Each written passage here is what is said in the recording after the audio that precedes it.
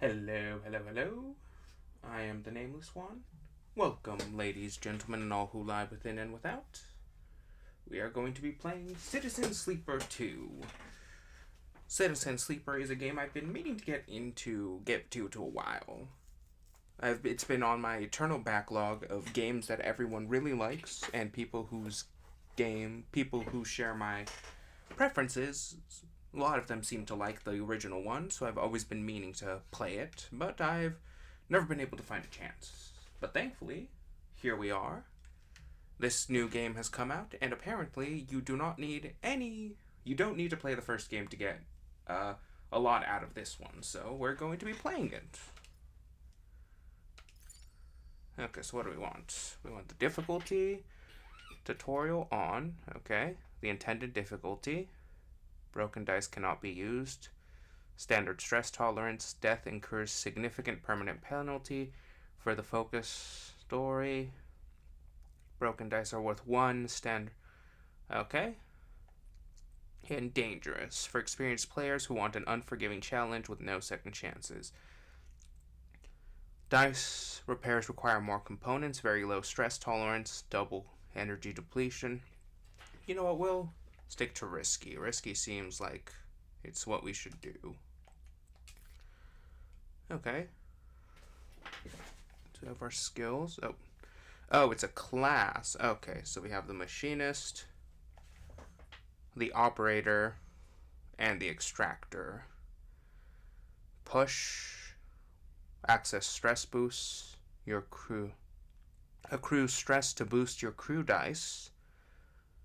Okay, so the more stressful we are, the more we can boost our crew's dice. Rally config, +1 stress, +2 to the lowest crew dice. Okay. Extractor. Extractor sleepers are built to work at the coal face of corporate research extraction. Often in hard vacuum environments, extractors have a high level of physical endurance, but their confidence means they struggle with tasks requiring intuition. Their rally skill allows them to motivate those in the team, boosting their crew dice. Sleepers assigned to extractor work are often confident, self-sufficient, and have a high level of endurance.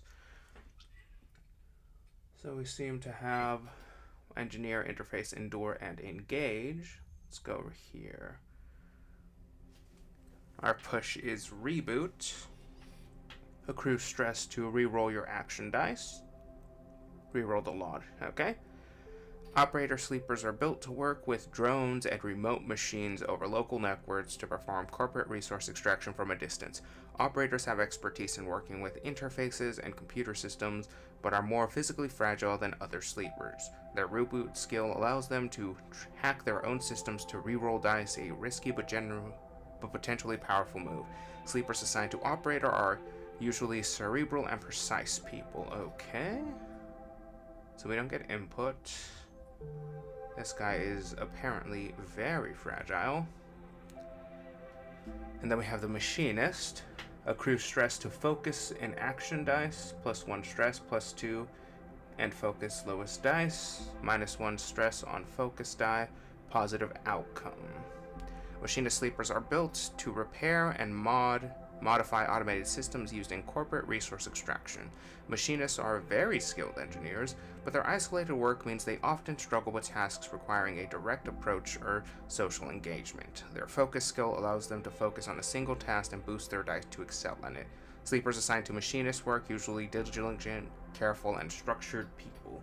Alright. So we got this. So do we want to do repairs? Do you want to focus on like bots and hacking, it seems? Or do you want to be combat focused?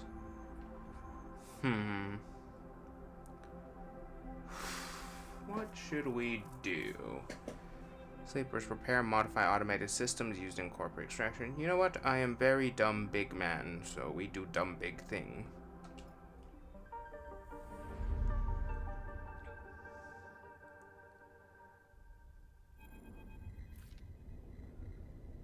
Unknown. In the moment before waking, the dark space before conscious thought, you struggle to find pieces of yourself. Usually these pieces come from a particular cadence, each appearing sequentially, like the boot process of an old terminal. First your body, artificial, compromised, but relaying sense data all the same. Then its context, the breeze of air filtration, the soft contact of your birth in 0G. Then emotion, coming into focus, coming into your body, bringing with it that first instinct, the one that has framed your past 100 cycles, fear. But that familiar sequence does not arrive. Instead, you are unmoored in space, your body distant, your context silent, even your emotions somehow obscured and scattered. Among all that disarray, only one familiar thing arrives: the fear. It is a scrambled, panicked fear. The drowning fear, the falling fear, the fear that makes you reach desperately for any stable point. It is the fear that tells you something is wrong, something is very wrong with you. Wake up, sleeper, the voice is whispered in your ear, an act that makes you suddenly aware of your head, pulsing in pain, your body rigid with tension.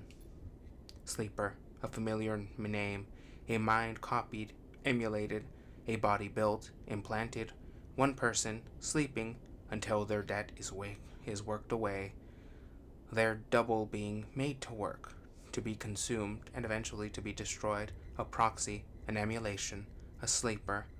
That is what you are. But you escaped. You remember that now. Broke free of your corporate creators, SNRP, in the search of your future. You cannot remember the details of your escape, but you know the fear has been with you ever since. All of a sudden, you remember you have eyes, and your eyes flicker open. Pale eyes in a pale face. Lane, the name comes with its own specific sensation of fear. One you recoil from instinctively. Sorry to interrupt. A sharp smirk. But this ends here. Lane, relentless, cruel, and on your trail. You search your mind for more than a name. Is that how you reward me for my generosity? Lane is leaning over you, over your horizontally floating body, looking down into your eyes. I took you in, protected you, gave you a purpose.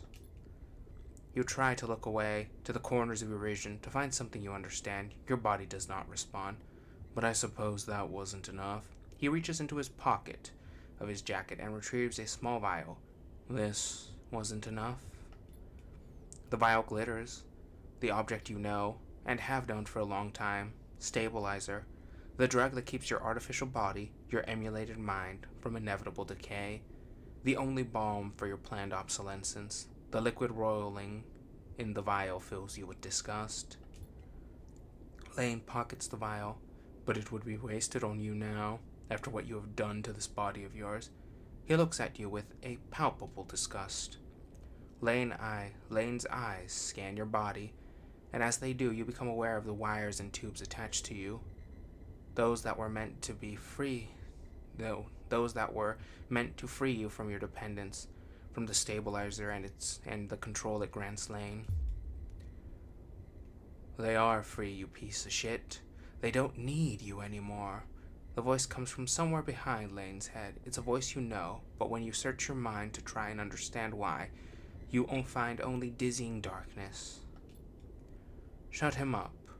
Lane barks the command and you hear the sounds of impact, of pain, from somewhere in the room. You try to move your limbs again, and this time you feel a flicker, the twitch of a finger. You feel the extension and compression of synthetic muscle. Free, are you? Lane smirks. You were free when I disabled your tracker, when I gave you the stabilizer you needed. He scans your body with angry eyes. Now you aren't free. You are just broken. I had such big plans for you, Sleeper. I invested in you. Lane grips your arm hard and you feel a jolt of reaction. You will the arm to move, but you have ruined all that. Lane speaks louder, over the sound of the struggle behind him. I will try to preserve your body, of course. I have my own uses for it, but your emulation? You feel one of will burn that out. Lane jerks forward, slamming across your body, then spinning away out of sight. You feel yourself rolling, the cables plugged into you looping and wrapping around your limbs. Then you feel hands steadying you, pulling cables. You glance around wildly, and see someone diligently unplugging you. You meet his eyes. Your mysterious savior. Hey. He waves a hand in front of your dazed face. We need to move. Lane won't be out long. He unlocks a cable from around your wrist. Sleeper, help me out here. You blink slowly. Do you know this person? He leans over you and you feel his hands on the connector, flicking switches, releasing locks. Come on. He tugs at the connector clear and pulls you up. You see the room you are in for the first time, filled with tech and terminals, wires waving everywhere, all lit by big windows looking out on an implausibly bright, screen-filled street beyond. In the corner, you see the dark shape of a floating body surrounded by a glittering constellation of crimson bubbles. Baubles. Is that blood? Move! You are wrestled and shoved towards the door, which slides open in front of you. And then you are out in all that brightness, all that movement, gliding hard towards some unknown destination. You come to a stop in a dark alley. The one who guided you here pausing to catch his breath. He doubles over beside a massive life support unit that sends a lukewarm breeze across your skin. You stare at him, trying to recall anything about him. You notice his tattered jacket, his lightweight clothes. You remember this station runs hot. Something about the power that flows through this place. He looks up and meets your eye. What's going on, sleeper? He wipes sweat from his forehead, and it floats away in a swarm of spheres. Talk to me. Who was that? Who are you? Where are we? Somewhere on the Starward side. Not too far from the docks, I hope. You see a concerned frown across his face. That's not what you meant, is it? He comes closer, eyeing you carefully. What station are we on? He narrows his eye, waits for the answer. You close your eyes, trying to recall. You force your way through the dark to the image of a station. No, a city, growing on the back of a vast set of hexagonal solar cells. Shadowed by them, you open your eyes. Dark side, the word leaves your mouth like an exhale, an instinct. Before you heard yourself sound it out, you didn't know it was there. He sighs. And me, who am I? You see something like fear in his eyes. Panic, perhaps. You stare at his face. The slight upturn of his mouth. The intensity of his stare. Nothing comes. He closes his eyes and drops his head, putting a hand to his temple. The reboot. He's speaking quietly to himself. Lane interrupted the process and... He lifts his head and stares at you. We need to keep going. We need to leave. He turns and kicks off down the alley. Come on. The rig can't be far. Dark side. Sprawling urban stations. A sprawling urban station. As you are led through the passages and the service ways of the station, you try to recall your life here. The texture, the temperature of dark side feels familiar to you, but you struggle to put in specific memories to it.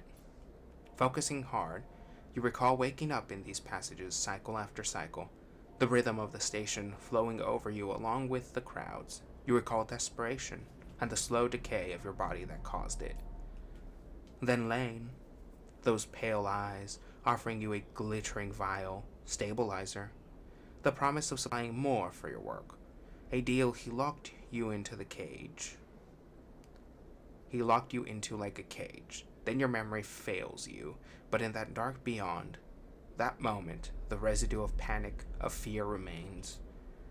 You were Lane's prisoner, Lane's plaything. You shudder in the cold passage. Wait, your guide holds up his hand, and you stop your glide using the wall. Ahead you see the tunnel opens into a wide open bay, with a few doors leading to cylindrical tunnels. The docks. They're watching the rig. He nods towards the docks, and you see one of the doors has a couple of figures flanking it, one covered in ornate tattoos, the other with bright silver implants along their cheekbones. Utsobo, Lane's guys. He looks at you and shakes his head with frustration. All this, it's not coming back to you, is it? Something catches your eye, and you see he is playing with a coin, nervously turning it over and over in his fingers. He sees you looking and slips it away. He places a hand on his chest. I'm Seraphim. All right? He looks pained when he speaks. Lane, he was our captor. Both of us. We did this so we could escape. Seraphim. Troubled, stubborn, and on the run. We need to reload you to break your dependence on stabilizer. Okay. We needed to reboot you to break your dependence on stabilizer. He pauses. You know what that is, right? You nod meekly. But Lane interrupted me back there, the reboot didn't complete, and he sighs and shakes his head. We can still make this work. He looks back at the docks. I'll lead the way, you get the docking bridge open. If we make it to the rig, I know how to get us out. How to get us in. Got that? He searches your face for a sign of recognition. What's the rig? Seraphim looks annoyed. A ship. Our ship. Or at least it soon will be. Lane assigned it to us when we were on jobs for him. Get the door open. He pats you on the shoulder. I know you can do this. I know you can do this. Seraphim kips off hard and glides into the docks. Over here, shitheads, he bellows to the guards as he barrels through. They immediately push off from the wall, giving chase. Tutorial. During scenes, you may encounter skill checks, where you can perform certain actions using your skills. Like the dice actions, you will encounter later. Skill checks have a positive, neutral, and negative outcome. The better the ratio of your skills, the more likely you are to succeed a check. The odds of success are displayed when you select the check. You can use more info in the guide section of the pause menu. There are 25 neutral, 25%, 50% neutral, 50% negative. But we gotta break the seal. You wait a breath, then glide across the door they were guarding. You look already panicked at the tightly sealed door, its control panel locked out. You hear a shout from somewhere nearby. You need to get it open. Break the seal. Neutral outcome. Check passed. You shift to the central access panel and wrench it open. You scan over the mechanisms looking for a weakness. Somewhere nearby you hear more shouting. You reach in and grab the main latch, straining as you hand it outwards. The seal releases, and you drag the door halfway open. It screeches in its metal frame as you pull. Go, go! Seraphim flies past you, through the doorway, and into the docking tunnel. You turn to see two guards approaching fast across the docks and quickly glide after Seraphim. Seraphim is already at the rig's door, inputting an entry code. The rig's door scissors open, and you both rush inside. Quickly! Seraphim grabs you by the arm and drags you up to the cockpit, the ship's layout hazy in your mind. He dumps you in the flight seat and straps himself into his own. You see him tap a series of buttons as he does so, talking to himself. Come on. The rig's drive rumbles into life, and Seraphim slams a button on the console. You feel the force of the ship's acceleration as it pulls away. Up, and there's our ship, and off we go. The rig, your refuge in the belt. As the ship glides into place on the connecting bridge, its automatic systems are nudged there by the port's docking protocols. You feel a sense of relief. Seraphim burned hard out of Darkside, and you dropped in and out of consciousness on your seat as the rig made its way across the belt. But now with open space between you and Lane, you feel fresher, more awake. Seraphim breaks the silence. We're good, Sleeper. His eyes don't leave the monitor, and you realize that part of your escape is routine for him. You and he must have docked this ship countless times in your work for Lane. The problem is you don't remember any of them. We made it, he whispers, closing his eyes and letting out a sigh. We certainly did. I mean, we didn't really make it, because we don't remember anything about this. He shakes his head, and then unclips from the pilot seat. Seraphim reaches up, flicking through a set of switches in practice fashion, completing the shutdown. You watch, a little frustrated at your own uselessness. Running the rig, you realize, is just another thing you've forgotten. A clunk that runs through the walls of the ship is followed by a short, percussive alarm tone from the pilot's console. Docking complete. Seraphim kicks off from his seat, twisting as he glides past you towards the back of the cockpit. His hands find the rails on either side of the door and he pauses, facing into the corridor beyond. He turns back to you, backlit in cold cyan. We need a plan. He glances around. Lane's not going to let us slip away quietly. He signs. We need to talk. We keep running. We hide here.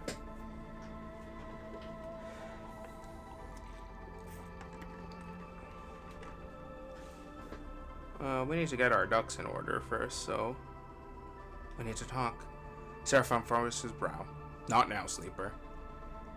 We need to forget. He flinches, the words coming out wrong. We need to focus on something other than... He pauses again, unsure. Us. He sighs. We need to survive this thing first. Maybe we'll talk. Fine by me?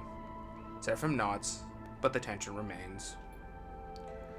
We have bought ourselves some time. He glances through the cockpit window at the blinking lights of the station. You may not remember Hexport, but I do, and there are plenty of opportunities here for us, if we can keep our heads down. He turns back to the corridor. That's what we'll do. He pushes off and glides towards the main lock, and you follow, pulling yourself along, hand over hand, in 0G. We already emptied the tank on this thing. He slaps a hand against the ship's insides. So we need to refuel. But that won't be cheap. But if you and I know one thing, Sleeper, it's how to work. I'm gonna get myself reacquainted, see if I can turn up any old connections. People that might throw us an easy contract. He glances back over his shoulder. You keep out of trouble. Low profile, got it. Seraphin stops at the air dock, stopping the reboot halfway through. He pulls a worn crew jacket from a locker and starts pulling it on. We don't know what that did to you. He jams an arm into the sleeve. I don't want you passing out in... He stops. I'll be fine. Seraphin drops his hand, swearing to himself. He grabs another crew jacket and thrusts it at you. Just put the damn hood up, will you? You take it from him. Thank you. Seraphin nods. He stabs at the button to open the lock. The inner door hisses open, and Seraphin glides through. Wait for a little bit, then leave. Anyone looking for us will be looking for two people traveling together. He looks at you. In your worn crew jacket, a limited disguise for what is clearly a sleeper. We meet back here. Any trouble, same thing. Meet here. He surveys your disguise again and shakes his head. This is a shitty idea. He gives you one last look. Maybe find yourself something to eat. Suddenly you recognize Seraphin's instincts to look after you. A flash of a relationship now lost to the reboot. Catch. Seraphin throws a handful of something towards you.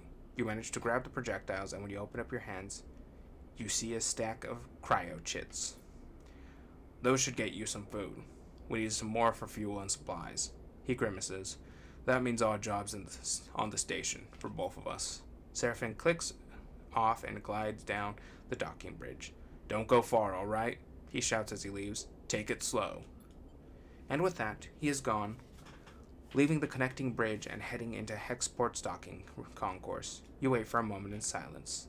Think about Seraphin, think about Lane, make a plan. You try to think ahead to what might be coming. You need work. That's the first step. But what then? Lane will be coming eventually. The sooner you can put some distance between you and Hexport, the better. So that's the plan. Rest, resupply, and run. You shake the thoughts from your head and pull the jacket tight. Let's see what Hexport has to offer. You kick off and glide into the port. Hexport, okay. Welcome to Citizen Sleeper 2, Starward Vector. The game runs in cycles, during which you can perform actions with the dice, use cryo to buy food, fuel, supplies, and items, progress clocks forward towards new scenes and events. You can review the tutorial anytime in the guide section of the pause menu.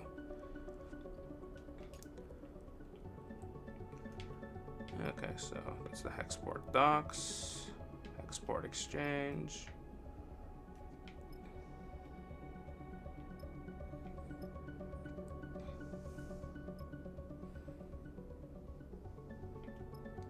Well, that's the exchange. In Citizen Sleeper 2, you perform actions by assigning action dice to them. The higher the dice you assign, the more likely you'll succeed at an action. But your dice will be modified by your skills. Your skill modifiers for that action is displayed on the right. You reduce or increase the value of the dice assigned to this action. Like skill checks, dice actions have 3 outcomes: positive, neutral, negative. Each action is rated safe, risky, or dangerous based on the outcomes it has. The more dangerous an action is, the more significant both its rewards and consequences are. For more information, go to the guides. Impress the brokers. Rules of the exchange. Well, I need to buy food first, though.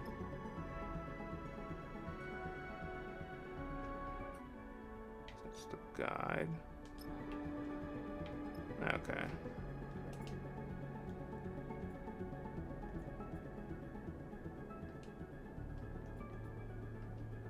Okay, so we have 24, we have no fuel, and we have 2 supplies. The rig. Export. What's in here? Chat to crews, explore the darks. Exports, darks. So that's dangerous. That's risky. Let's see what's in here. That's also risky. And that's dangerous. Awesome. Sick. Impress the brokers. Huh. Okay, we have a 4. More than a trader's.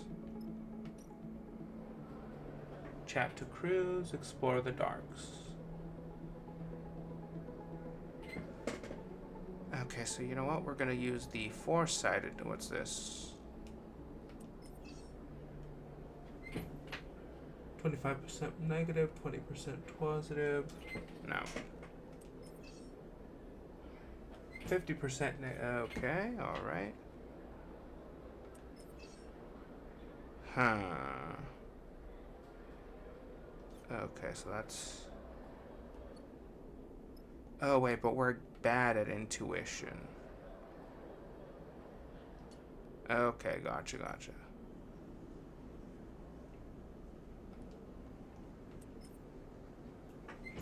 100% positive. Okay, let's do it.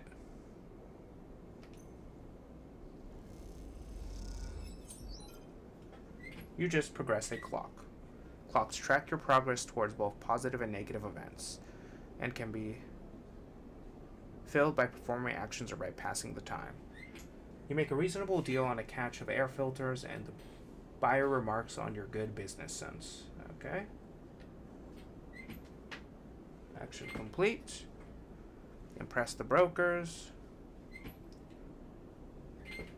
Data brokers are at the heart of the exchange. They show off their knowledge by discussing decryption. Maybe if you can talk the talk. Nope. Okay, so...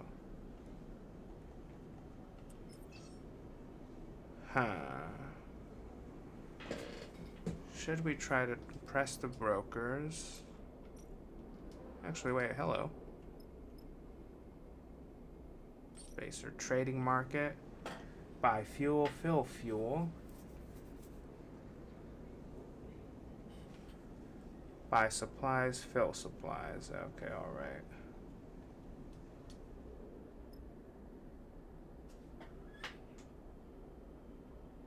So we can push. Takes us directly to the rig. The rig is your ship and home in the Starward belt. While the rig docks at the hub, there are multiple areas you can visit. Bunks, use dice to reduce stress. Galley, use supplies to regain energy. Other locations will unlock as you play. While the rig is at dock at a hub, your crew will also help to gather resources to contribute to the upkeep of the ship. You can choose those resources, which resources they should focus on, in the crew task menu to your left. They have a random chance of acquiring it at the beginning of the following cycle. Okay. Rig bunks. Cycle clock. Rig galley, rig bunks.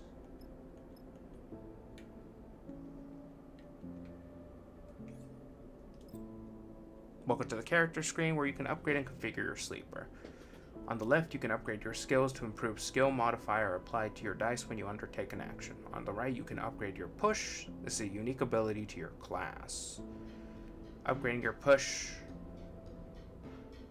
Well, when upgrading your push, only one upgrade at each level can be active at once. You can configure which upgrade is active at the hub. Okay. 0 puts available. +1 to affected crew dice. Okay.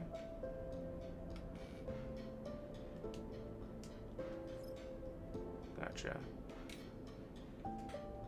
No active drives. No, wait.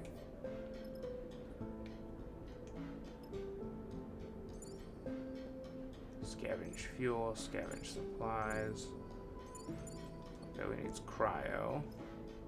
Export trade hull. We need to fill fuel. Or, actually,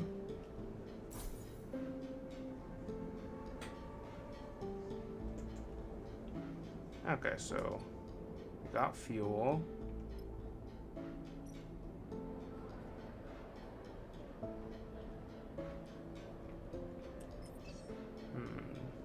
20% positive, negative. Do we take the chance? Fuck it.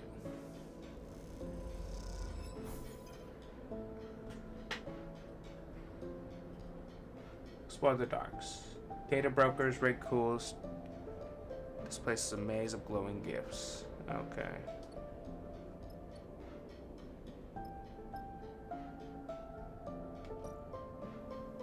Make a meal.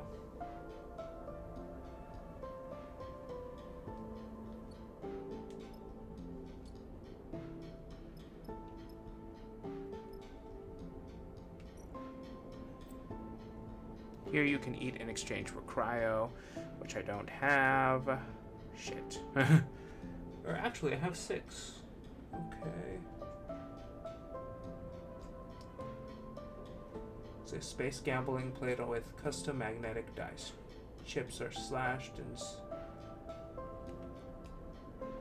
what do we got? We got 50% neutral, 50% negative. We don't have enough cryo. Shit, okay. Chat to cruise, explore the docks. Okay, export trade while export exchange.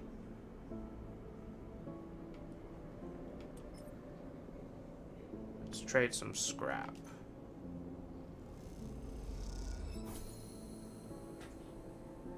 Rules of the exchange, 6 crayos.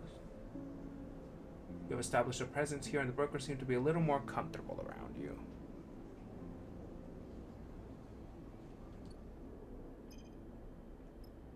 New location discovered. Eat at the canteen. I don't have anything to eat. God damn it. Okay. Oh dear, I've already fucked it.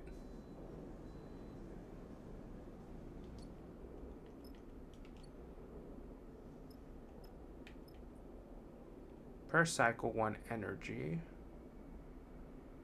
Per cycle minus energy. Okay.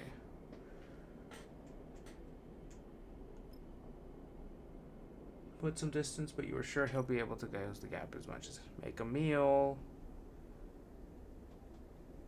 Uses 1 supply.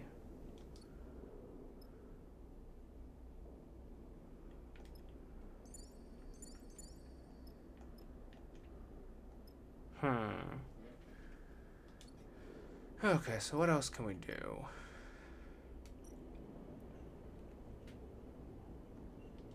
Don't have enough money. We don't have any money.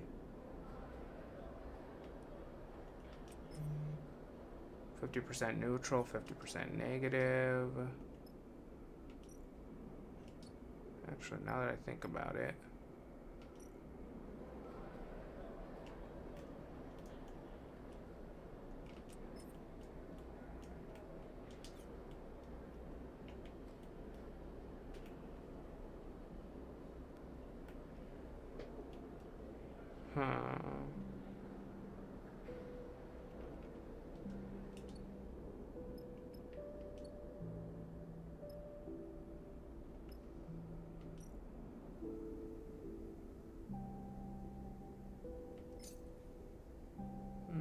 I don't like that.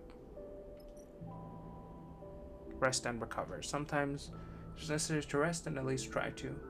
The compact buck with the ring. This will reduce stress. I don't have any stress. Nope. Come on, computer. Okay, let's make a meal. Alright, so that's plus energy.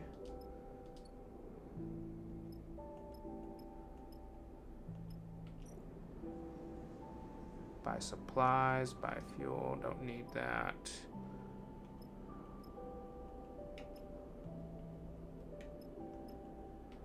Let's go to the docks. Explore the docks, chat to crews.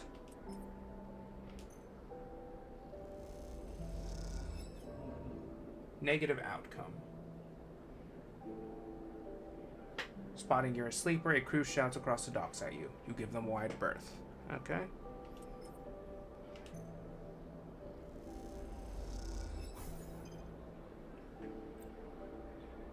You have used all your dice for this cycle. You need to end the cycle at your ship, the rig, to re-roll them. Okay. Alright. So we want to go to the... Gotcha, okay. So you want to end the cycle.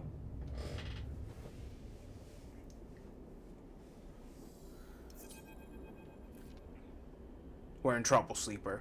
Seraphim leans into the bunks as you are getting up. Without further explanation, he disappears down the corridor towards the rear of the ship. You drift out into the passage, pulling on your clothes, and glide down the length of the rig, the cool air making you shiver. Seraphim is a silhouette silently leading the way. He stops at the far end, diverting through a side door, shooting you a glance as he does. You find Seraphim inside, holding on a tangle of arm-thick tubes that are waving into the 0G engine room. You know what these are? Now tell me. These are engine feed lines. He waves one in the air, and before you ask, no, they aren't supposed to be waggling loose. What happened? These must have broken loose when we pushed the ship hard on our way out of the dock side.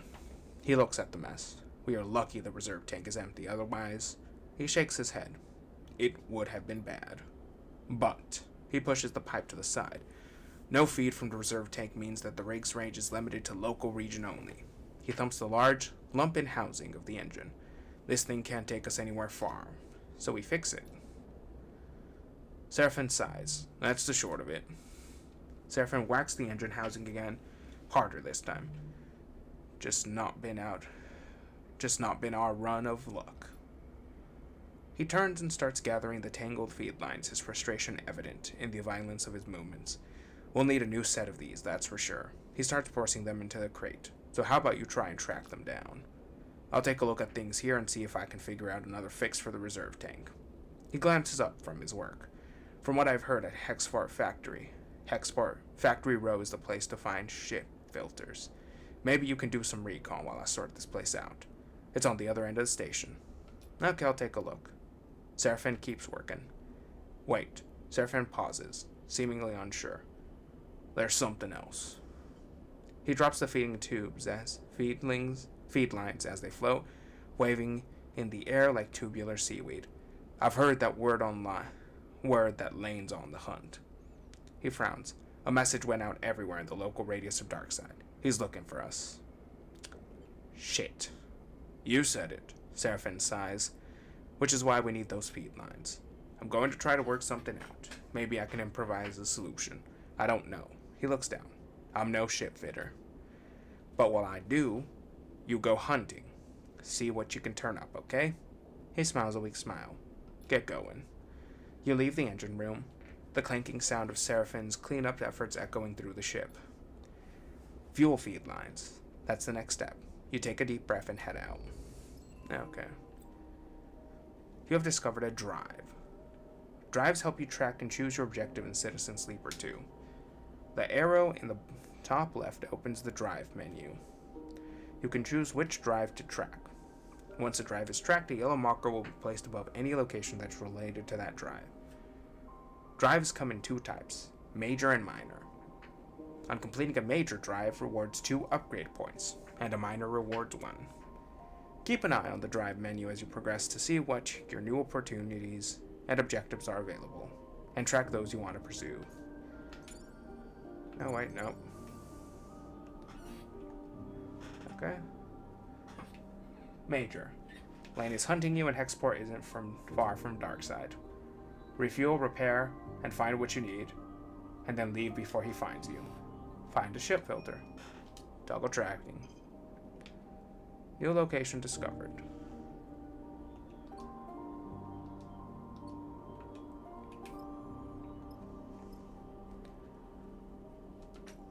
Okay. Freight loading. The warehouses at the docks supply and industrial operations of this station, meaning they need constant loading and restocking. Okay. So we got a 3. Okay, so that's a 4. That's a 50% positive, 50% neutral. Yeah, we'll do with that. Positive outcome, 11 cryo. You work hard and make sure their warhouses are stark and stacked, as they should be. You earn yourself a bonus. Explore trade hall.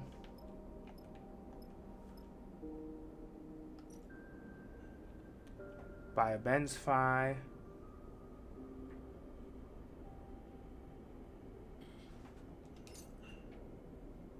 We'll buy one fry. So that's 2 energy for 11 cryo.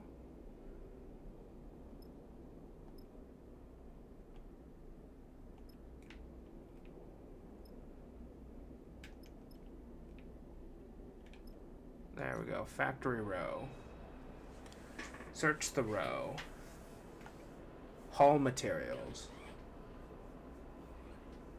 Helping out might get you some fans among the factories. Okay, so that's... we do that. Plus trusted supplier. Export factories are picky about who they work with. Trust is a key currency here if you want to find a ship fitter. Okay, so we're going to do it again. Let's build up some... Alright. What do you mean action unavailable? You have a little trust. Now the trick is not to waste it.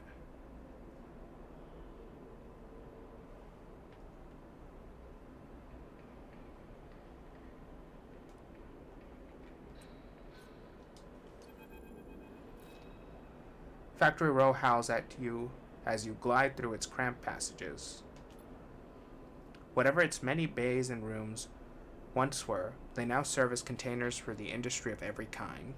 Roaring manufacturers, precisely engineered components with rapidly shifting arms, while scrappers hammer incessantly at bent ship blades. Everywhere you look, there is energy, activity, and for good reason.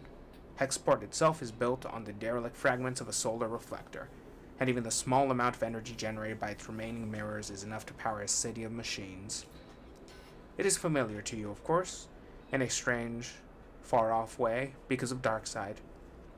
That place and your memories of it are a muddy haze, but it is hard to forget the glint of its hexagonal reflectors, 10 or 20 times more in number than Hexport's, and that wild, flickering city glowing on the back like a tumor.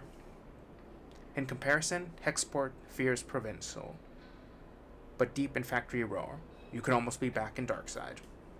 And then you see them, tubes just like those Seraphim wide in your face, the feed lines. You push over to the display window of the unit marked Karsten's Supply in block capitals cut from hull plate. There amongst an angled sheep of sized ship components sit the feed lines, like some large biomechanical tangle of snakes. You slip inside, and the sound of Factory Row is little screamed, and spot a large figure working at the bench, hunched over, concentrated. It seems he doesn't notice you enter. Wait patiently. You let him work, watching, as despite his heavy build, he delicately aligns components, their layers slotting like a puzzle piece. After a few moments of observing the process, he turns his head a little towards you. Karsten. Intimidating ship fitter. Can I help you? His accent is heavy, but unknown to you. Can I help you? His accent is heavy, but unknown to you. Those feed lines. How much? There's a sharp click as Karsten places his tools and components against the magnetic plate on the wall. He turns with surprising grace and begins cleaning his hands on a cloth. Those sharp eyes scan you, but Karsten's thickest features do not betray the results of his assessment. Custom built those, for a client that never collected. He looks at his hands when he speaks, checking for stray oil stains. You have one of the old MEVs then? He sounds out the letters, in a way that you don't recognize as he speaks. You try to recall anything about your ship, but the memory eludes you. Perhaps Seraphim should have come along. I think so. Karsten squints a little. Right. Look. Karsten drifts over to where you are standing, his imposing height evident. For a fellow enthusiast like you, he continues in a distinct monotone. Let's say a few hundred cryo. On clean chits. He shoots a glance at the field line. 400, let's say. That's to be precise. I don't have 400. Karsten looks you up and down and sniffs. It's expensive, I know. It's a shame, but it's just what they are worth. He screws up his mouth a little into something that might be a smile. However, I'm more of the barding type myself. Barding sounds good. Karsten nods sagely. There's the little favor I need the crew for, and well, you look like you might be a good fit. He tucks the cloth away in a pocket and clasps his hands. I know of an old Solheim wreck out there, very old, pre-collapse. It's tucked away in a dead zone, so no one has ever really cut it. He shrugs. Not only that, but Solheim derelicts have a habit of triggering nasty security protocols when approached by an unfamiliar ship, so it's been left well alone.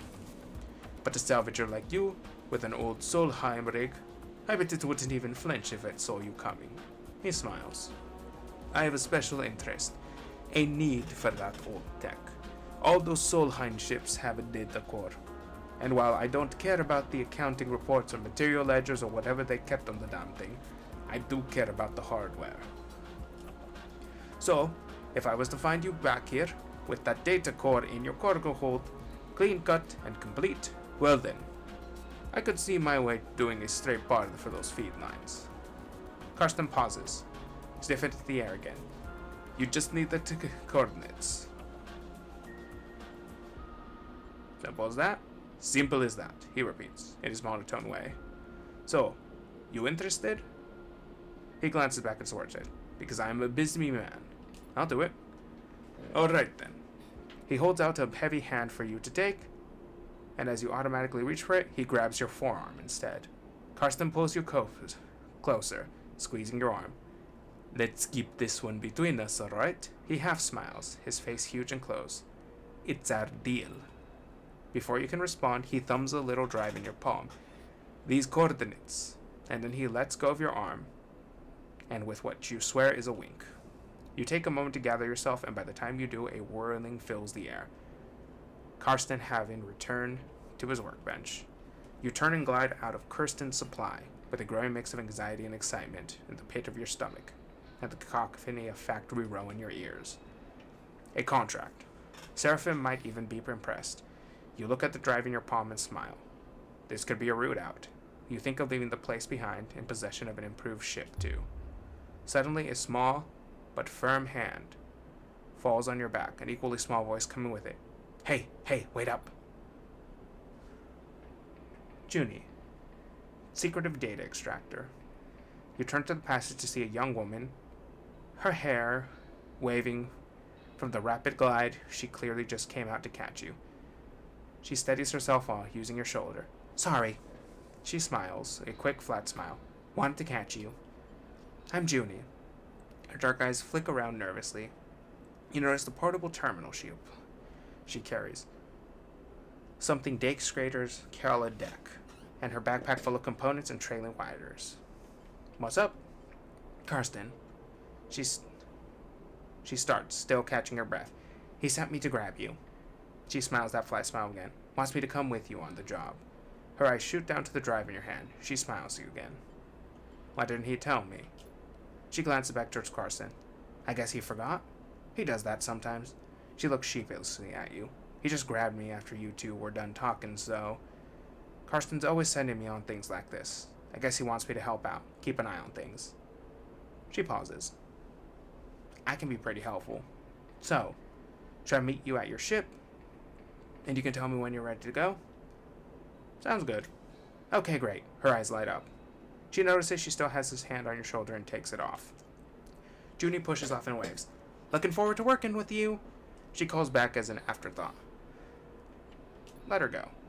You watch her disappear down the passage. Things are getting complicated already. But at least you have a contract. And a way to get the feed lines. Junie clearly works with data, based on the gear she was lugging around, which might make her useful when it comes to pulling out a data core. But the question is, what does she get out of it? And why didn't Karsten mention her sooner? You consider your options as you head back towards the rig. I don't know about this sleeper. Seraphim looks nervously out the rig's windows as you finish explaining Karsten's deal, as well as Junie's offer to help. If this job was easy, Karsten would have done it himself already. That means there's a catch. He frowns at the stars. There's definitely something going on with the Junie girl. He shakes his head. What choice do we have? What if? Seraphim narrows his eyes. We can get that crowd together to buy the feed lines. Is that even possible? I found a contract board at the exchange further in station. We take it on a job, that might get us some way towards buying those feed lines. Plus, even if we do want to take Karsten's jobs, a bit of money to get ourselves prepared wouldn't be a bad idea. Fill up on fuel, supplies, be ready for whatever comes. Do we have the time? Probably not. With cryo for fuel and supplies, we aren't going anywhere. Seraphim sighs. Just take a look at the contract board. While you're at it, you might want to see if you can scare up some freelance crew, too. Seraphim shrugs. Many hands make light work and all that. While we stop messing around, we take Karsten's jobs right now and get it done before he can think twice. Seraphim yawns. Seems like a whole lot of bad options to me. Either way, I've still got work to do on the drive. Seraphim nods a farewell, heading back to the engine room. Let me know what you decide. For a moment you pause, letting the haze of plans and ideas settle in your mind. Suddenly you curl up, pain shooting along your spine. You grate your teeth, your muscles lock tight, your vision narrows as you squeeze your eyes shut. You feel a shift, as if some connection has broken. It's almost impossible to describe, like you are floating away from your body, dispersing, dissolving. There is nothing familiar in the pain, nothing to hold on to. You grate your teeth. And then another shift comes and you are back in your body, tumbling against the metal wall of the passage. The pain slowly fades, becoming a pulsing throb and then a residual flicker. You flex in 0G, stretching out the tension. There's a strange sensation of distance from that persistence that persists besides the pain, a disconnection between your body and yourself, a flickering numbness that refuses to recede. You wonder if the reboot has done something to your body, or if this is some new sensation that you will have to live with indefinitely. So little about the body that houses you. It could be moments away from collapse, or it might persevere for countless cycles like this. You try to shake off the feeling, pushing your hands against each other until they feel like they're yours again. There is only one thing you need, and right now it feels like it's running out fast. You head for the airlock. You have work to do. Okay. You've unlocked a contract. Open the map to view it. Why do I open the map? Okay, map is Y. Contracts are high-risk, high-reward jobs that you and your crew can take on.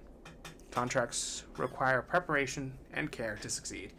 You'll need to gather enough fuel to travel to the contract, gather as many supplies as you can afford to keep you and your crew going. Look for opportunities to recruit crew, temporarily or permanently, to help you on a contract. Consider which crew you take carefully. They have different skills and stress resistances, and who you choose can affect the story. Once you are ready, you can select the contract from the map, and then your crew to proceed. Solheim H2. HS-22. The rusted hulks of a pre-collapsed ship. Okay. So that will take 3 fuel. Karsten is offering you a straight barter for feed lines you need if you bring him the data core from this derelict. Any rough scrap you pull out is yours. Okay, so...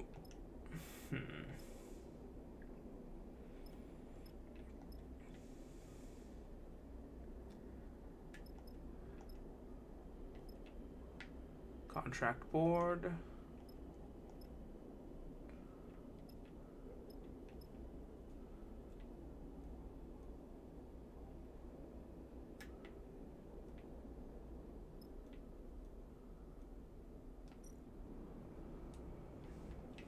Data diffusal shift.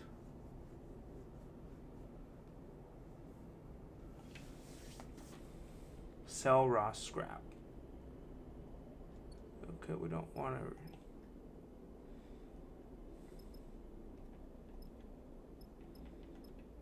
Okay, so let's get to the contract board.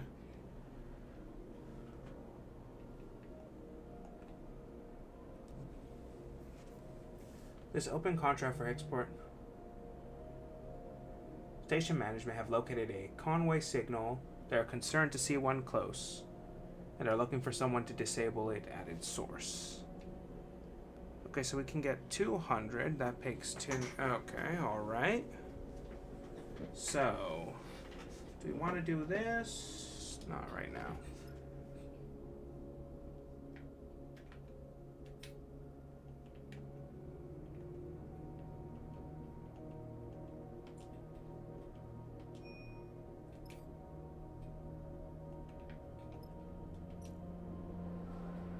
Chat to crews.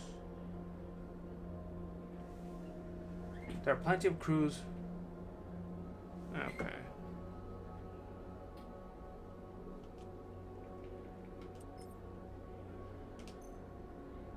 Let's see what happens. Okay. Few local tips. You might as well. Okay. As you're gliding across the docking concourse, you hear a scuffle. The noise of raised voices cuts through the conversation, drifting out of the dockside shops. Glancing down an alley, you see a huddle of figures shouting back and forth. You spot one man in the middle of the group surrounded, pushing the others back as they grab at the bags slung over his shoulder.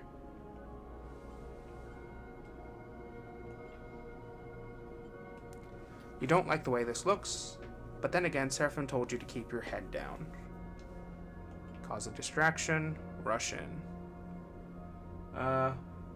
Fuck it, bum rush.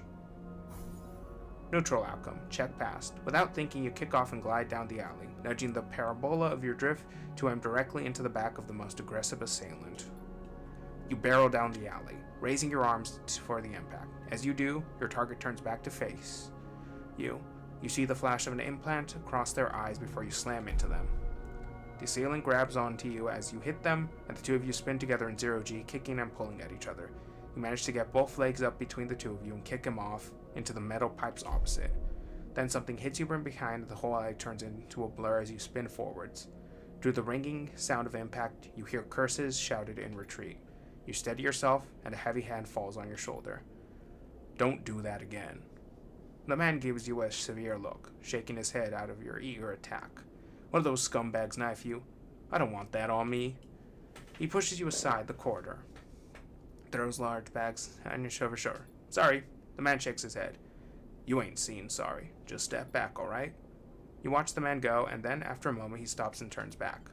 He rubs his forehead, looking down as he does. What's your deal, anyway? He sighs. Maybe you're new here, but Hexport ain't place good for new good duders. I need help. The man raises his eyebrow. So you look for trouble? You got it all wrong. Look, let's not hang around, alright? The man pats his chest. I'm Femi, stubborn salvage captain. He unshoulders one of the bags and pushes it towards you. Make yourself useful. Let's head. You get the strap of the bag over your shoulder and follow him through the docks, guiding past the concourse towards the connecting bridge. He cuts down a side passage, looking back to check you are following. Then he stops at a docking bridge connecting to a dual-screen ship with yellow markings. You look out at the viewing window as the old catamaran-like shape, seemingly built from two separate holes welded together. Symbol crash, he says, and you assume that's the ship's name. Femi, you bringing in strays? A young woman brightly dressed, stretching as she glides, strips into passages. She glances at you. No offense. Nia. Femi shakes his head. This one, he squeezes your shoulder, help me fend off some Hexport scum, while you're busy sunning yourself. Nia raises an eyebrow. I'm sure you can handle them, big brother. Her glib response hides the flash of concern that passes across her face. You can't tell if Femi noticed. Nia turns to you. Thanks. She smiles sweetly. And I am sorry for my brother. She shoots him a glance. Just in general. Nia, Femi murmurs. Enough now. He reaches over and takes the bag you were carrying. Nia rolls her eyes at you but stays silent. Factory Row wouldn't take these. I'm gonna load them back up. Maybe we'll find a use for them. He turns back to you. Thanks for your assist, Sleeper. He nods firmly. Not what I expected. He slaps the button for the bridge door and kicks off along the docking bridge on his way to the symbol crash. Nia looks at you with raised eyebrows. I hope my brother's joking, or did you really help him? It was nothing. Humble and a hero. She laughs. Thank you. My brother needs help more than he admits. What do you mean? She tenses. I don't know if... She smiles a tight smile. I shouldn't have said anything. She pauses, thinking. I want you to ask you something. She takes breath and gives you a direct look. What is she building up to? Are you looking for crew? She looks away. Sorry to be direct, but seems like, well, if you're on Hexport, maybe you are with a crew. I mean, maybe your crew needs crew. Maybe you're looking. I am. She struggles to hide her smile. Neil looks back at the ship and then... Look, I'll be honest. Being on a crew with my brother is nice, but he is suffocating me. She frowns at her own bluntness. Headstrong and spirited salvager. I'm not a kid anymore, you know? But he still sees me like one. I want to show him I can handle myself, and I need experience. I need to run some contracts. She gives you a determined look. What do you say? Well, think about it.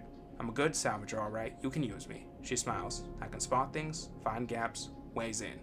She folds her arms across her chest. I know what I'm doing. Family taught me well. She glances back at the ship. Just consider it, all right? Let me prove myself. Suddenly a shout from the ship, echoing down the passage. Femi. He makes both of you nervous. Neil looks in his directions. I should go. She pushes off towards the docking bridge. I'll be waiting. Nia gives you one last glance as she departs, then disappears into the docking bridge, leaving you alone in the passage. New local crew available.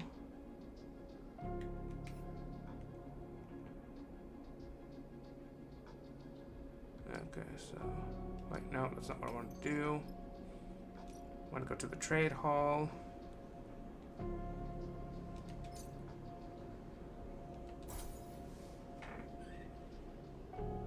Okay, alright.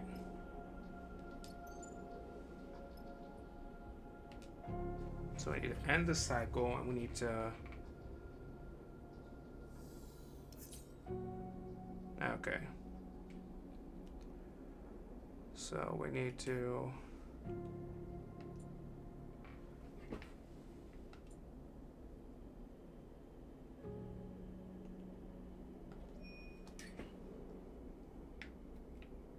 Okay, so we need to, no. Okay, so we need to close this.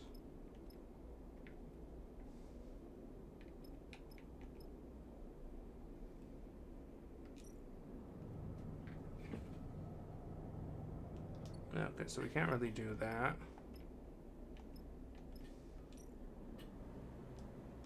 We can buy this. Okay, so... Right then.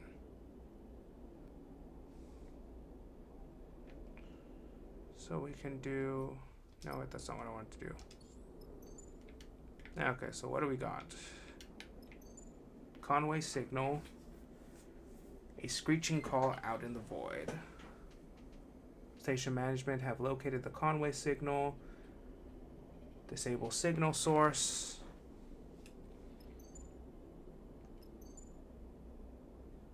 That's risky. This is dangerous, so we're going to get this. Okay, so we're going to do this first. Not available.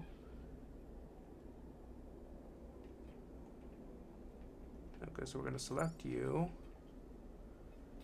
We're going to travel to this contract. Or alternatively... So that's going to be 3.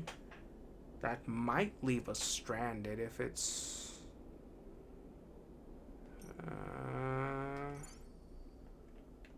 Okay, so she's not available.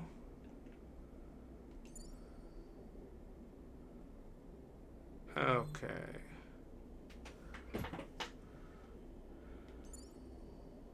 So we're going to travel to the contract. But do we want to... So do we want to make some money first?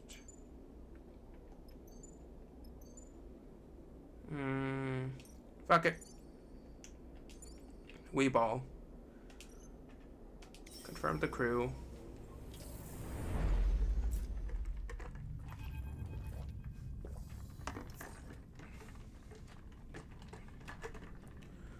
The Solheim derelict fills the cockpit windows, all twisted plates and skeletal strutwork. You watch it in horror and fascination as Seraphim completes the approach, both of you silent in the presence of the decaying beast. Now as you settle beside it, Seraphim is the first one to break the silence. This thing is already dead. He shakes his head. It's a corpse, sleeper. He nudges the ship closer, looking for a place to dock. I touched this thing too hard. It'll crumble to dust. Let's not do that then. Seraphim does a little mock salute. Aye, aye. He rolls his eye. Any other tips? Take us up there. That's the bridge. Junie points towards one end of the ship. Both of you and Seraphim turn around, having forgotten she was even in the cockpit. She hasn't said a word since you departed. She glances at both of your bemused faces. What? She looks away. Sorry, That's where we need to go. She stops pointing. Seraphim nods towards Junie. She's not wrong, sleeper. The bridge would be a good start. Says the wreck. Junie settles silently back into her seat. She looks away out of the cockpit, and you are unsure if she's upset or just embarrassed. Carefully, Seraphim brings the ship close to the derelict and guides it along the hull. The rig's light ripple over the broken surface, finding gaps and cracks everywhere. It seems remarkable that the derelict is still held together. Shit, Seraphim hisses as a huge spinning piece of debris drifts in front of the cockpit. He pushes the rig down underneath, squeezing between the debris and the hole, and as he does so, an ear-speeding screech signals the rig scraping across the derelict's skin. You freeze for a moment, waiting for the breach siren to sound. But the moment passing, you relax. You glance at Seraphim. His face betrays no emotion. This isn't safe. Seraphim shakes his head. I'm going to find somewhere better to settle the ship, and then we need to suit up and work our way along the hood on full. You look back at Junie and see her in her seat, eyes wide. You okay? Junie looks at you, and there's a sudden unfamiliar hardness in her eyes that surprises you. Then a moment later, it's gone and her gaze softens. I'm okay. She smiles a flat smile. Don't worry. Seraphim brings the ship away from the derelict's hull an inch at a time, then slowly brings it around to settle closely to a mostly intact hull plate. This section is fairly free of debris. He nudges the ship a little closer. We should be good to hold here. Seraphim unclips his seat, and you and Junie follow suit. As you all glide towards the airlock, Junie silently follows. You can't help but feel judged. As you reach the airlock, Seraphim begins suiting up. If we are lucky, that little collision hasn't started a cascade that will end with this place coming apart under our feet. Seraphim violently kicks his legs into a set of EVA trousers, clearly irritated by his own carelessness. Stay silent. This is a delicate job, Junie says quietly to herself. The data core will be fragile. She casts a furtive glance in the direction of you and Sarah. Very found. Understood. Junie nods appreciatively. The rest of the preparation process takes place in tense silence, each of you considering the delicate job ahead. You suit up too. Though you don't need a helmet to breathe, you slide one on and lock the seals for protection. This wreck isn't going to give up its salvage easily. The core should be near the bridge, maybe even inside it, but there's a lot of wreck here, and there might be good salvage tucked away in the cargo hold. Once the suits are on, and the seals are checked, you cycle the lock and stare out at the vast expanse of the twisted hulk before you. Time to get to work. Welcome to your first contract. While on contract, you will be able to assign 2 dice for each crew member, as you would assign your own dice. Pay attention to the crew's skills and use them effectively. On certain outcomes, the crew will take crew stress. When their stress is full, you will no longer be able to use them to perform actions. While on a contract, your energy bar will automatically be supplied for each cycle when you have available supplies. When your supplies are depleted, you and your crew will take 1 stress per cycle. Contracts also have their own contract stress. When the bar is filled, the contract will fail. Good luck.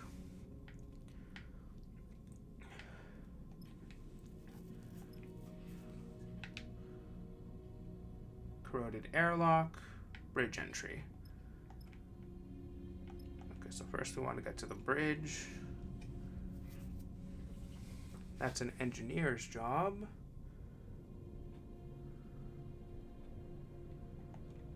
Force the lock. Forget being delicate. The clock is in running out on the contract. Enforcing the lock is the fastest way to get entrance. Okay, so that's a 4. No, it's...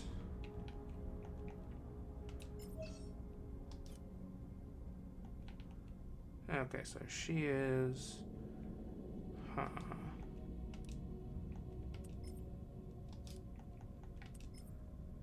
Okay, so we can... Huh.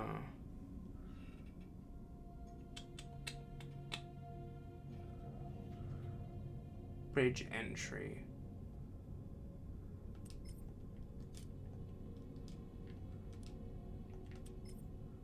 So that's 100% positive.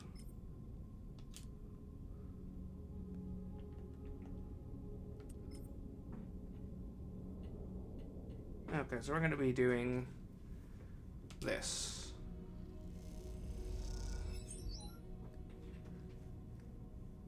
This section of the lock is expertly cut both ways.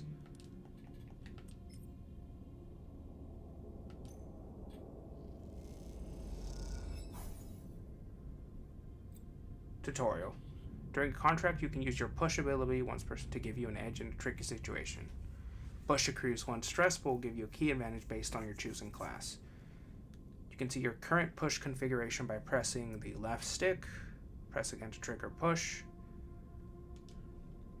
Okay.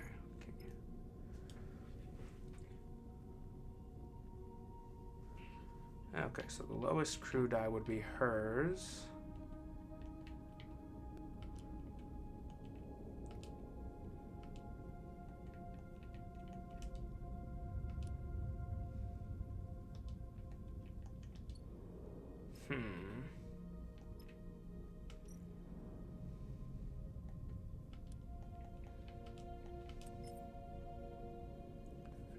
Negative, 50% neutral. So 50% neutral. Okay. So we're going to try to force the lock. You just gain some stress. Your stress increases. You have a chance of taking damage to your action die each time you roll them. Oh, god damn it. 1 crisis active. Shit. Hull breach. Emergency seal.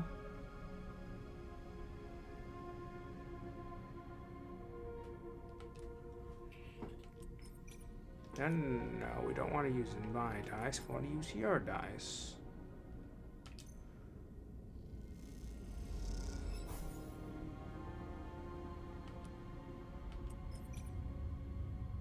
No, we don't want to use my dice. We want to use your dice. There we go.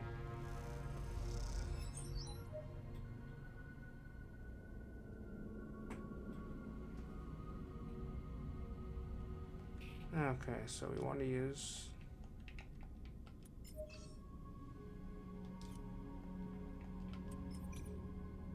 %50 neutral, 50% negative. Oh shit, do we take it?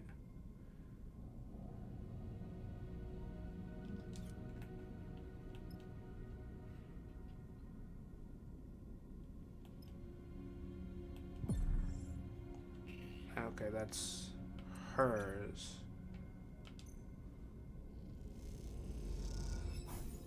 Okay.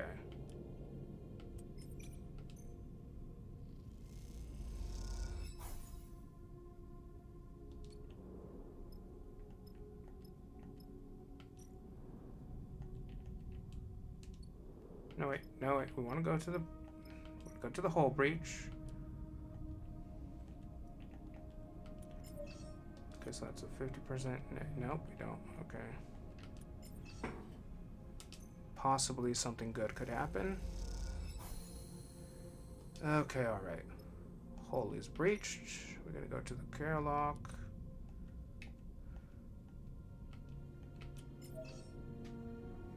If you need it, I'll try it. Okay. Whew.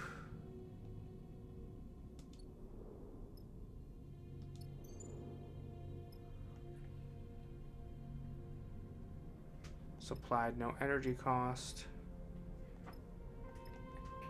And cycle.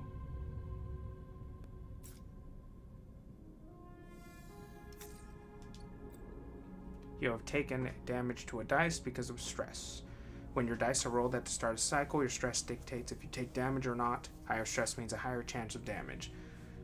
The white markers above the stress bar tell you which numbers will damage your dice when rolled.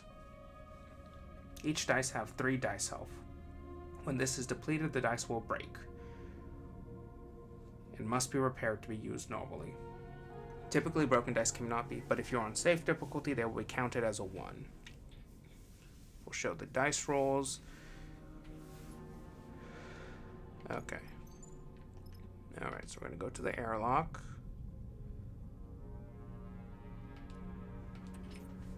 That's 50% neutral.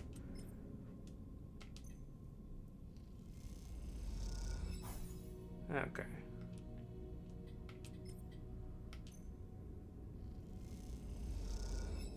Alright.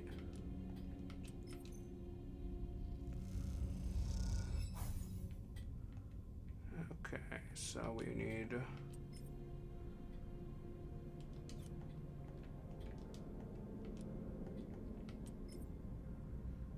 Okay, force it open. Bridge entry. Plus derelict extract. Alright. The bridge of the derelict lies silent. The pale beams of your suit lamps catch rows of terminals and clouds of glittering dust. Wires wave like seaweed, and the whole scene appears as if underwater, chaotic but still. Junie glides past you, disturbing the dust and taking you by surprise as she does. She has been a stoic presence so far, but in the moment she seems drawn forward by some form of force of curiosity. You watch as she bats away the debris and begins checking terminals. Let her work. She's already prying an access panel off one of the more intact-looking terminals. As she does, puffs and rust color the vacuum space around her red. She turns back to the terminal and finishes prying off the plate. Then quickly she races inside, fishing around for something. Her hand comes out with a waving cable topped with thick connectors. As soon as she sees it, she slips a keyboard-sized deck out from somewhere on her person. She runs a hand across the back until she finds the right port and slots in the connector. All this happens in a few seconds, the routine, practice, and precise. It's hard not to be impressed. Nicely done. We'll see, she says so quietly it seems mostly to herself. Junie's finger dances across the deck's keyboard, and a burst of static lights up the Soline's terminal screen. The sudden burst of light and color takes you by surprise. Junie's fingers tap away. The terminal screen flashes with blocks of color and lines of code. It buzzes and vibrates. Its long-dead systems forced back into chaotic life. Then all at once, it goes dark. The terminal is dead. Shit. She has been after her breath. Useless. You can tell if it's an insult is directed at the terminal herself. There's plenty more. She looks at you confused and then scans around the bridge. I suppose. But even from here, I can see most of them are more or less than scrap. The cradle with the data core can't be far. She pushes off from the terminal, gliding away from you. I'll start looking. She calls back and heads to the other side of the bridge. Seraphim glides up behind you. Everything all right? What do you think about Junie? The kid? You know better than me. Keeps to herself. He squints at her retreating form. Seraphim stretches in his suit. I have to admit, it's nice to be back working, especially now that we are the ones who will reap the benefits. He claps you on the shoulder. Feels good to be taking our fate in our own hands. That's pretty tough here there, back on Hexport, and out here we're just as likely to get shredded by debris as find the damn data core. But aren't you glad we can made a break for it? He pauses and looks down, having asked the question almost by accident. I mean, I am. I just don't want to speak for you. I'm glad too. Seraphim sighs. You better be. I didn't give up that little dark side cupboard I was living in for nothing. He laughs at his own joke. Look, Seraphim checks his suit's wrist seals. Once we've got a bit of space behind us, once we're gone to distance, if we even manage to get that far, he froze his brow. Don't feel you owe me. I'm no charity case. You want us to go our separate ways? Fine, by me. He meets your eyes. Just do me a favor telling it to my face. That won't happen. Zephyr nods, but doesn't respond. After a moment, he shines his torch out in the darkness, checking the rows of terminals all across the bridge. You watch the glittering dust as it eddies in the beam. Seraphim sighs. Let's get to it. You watch as he crosses the bridge, his throat probing the dark corners. You feel a chill run through your body as you imagine the people that once ran this ship. The Solenheim crew, surely long dead. What was it like before the collapse, when this system was the jewel in Solenheim's crown? It's impossible to know. The history is lost to you now. All you can do is pick what you can from the ruins.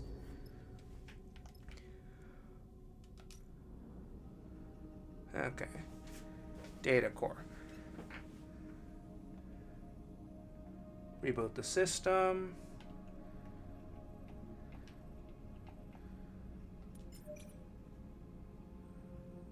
Okay, so let's do this. Positive outcome. Okay, alright.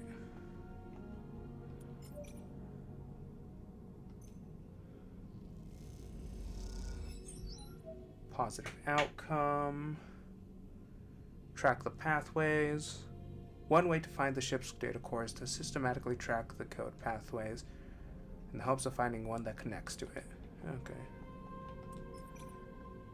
50% neutral, 50% negative. We'll check on that later. 100% positive. Nice work there, Sleeper.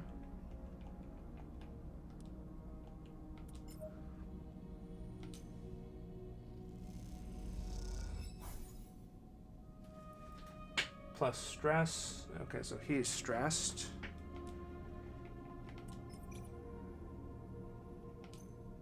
Come on. Whew. Okay, alright. We almost got it. Gonna end the cycle.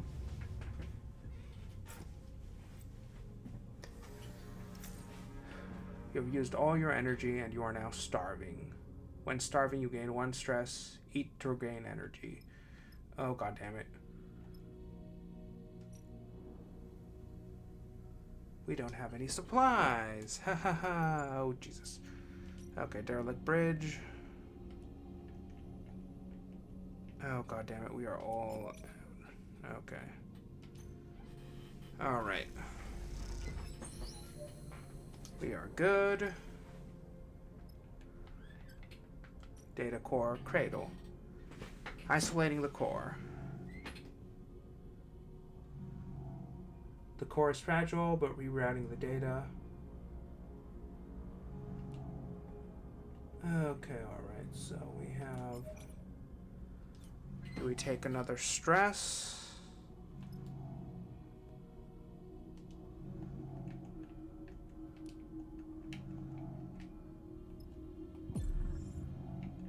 Oh, hey, that did... Okay, that's good. Okay. It wasn't supposed to do that. Fuck, okay. That's a 100% positive.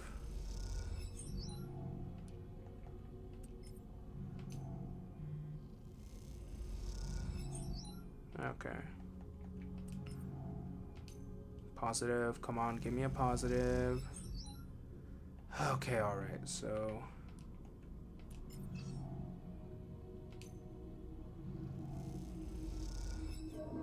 Shit.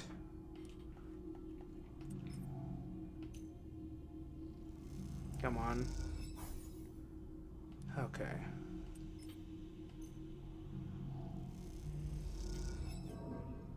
Shit.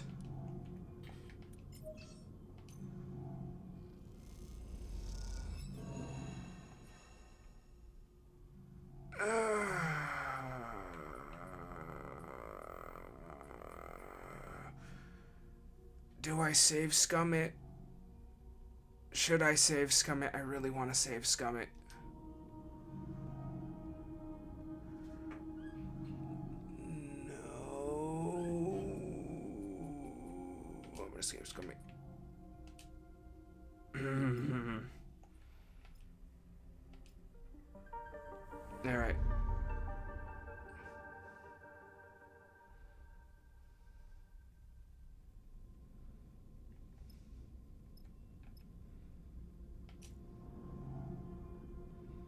Alrighty, so what do we got? So we can slice the core. That's 100% success. Okay.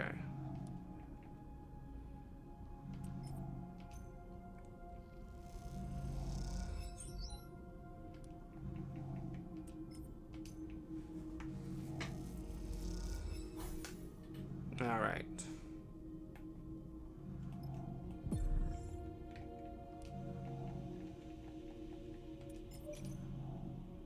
Come on, come on, come on.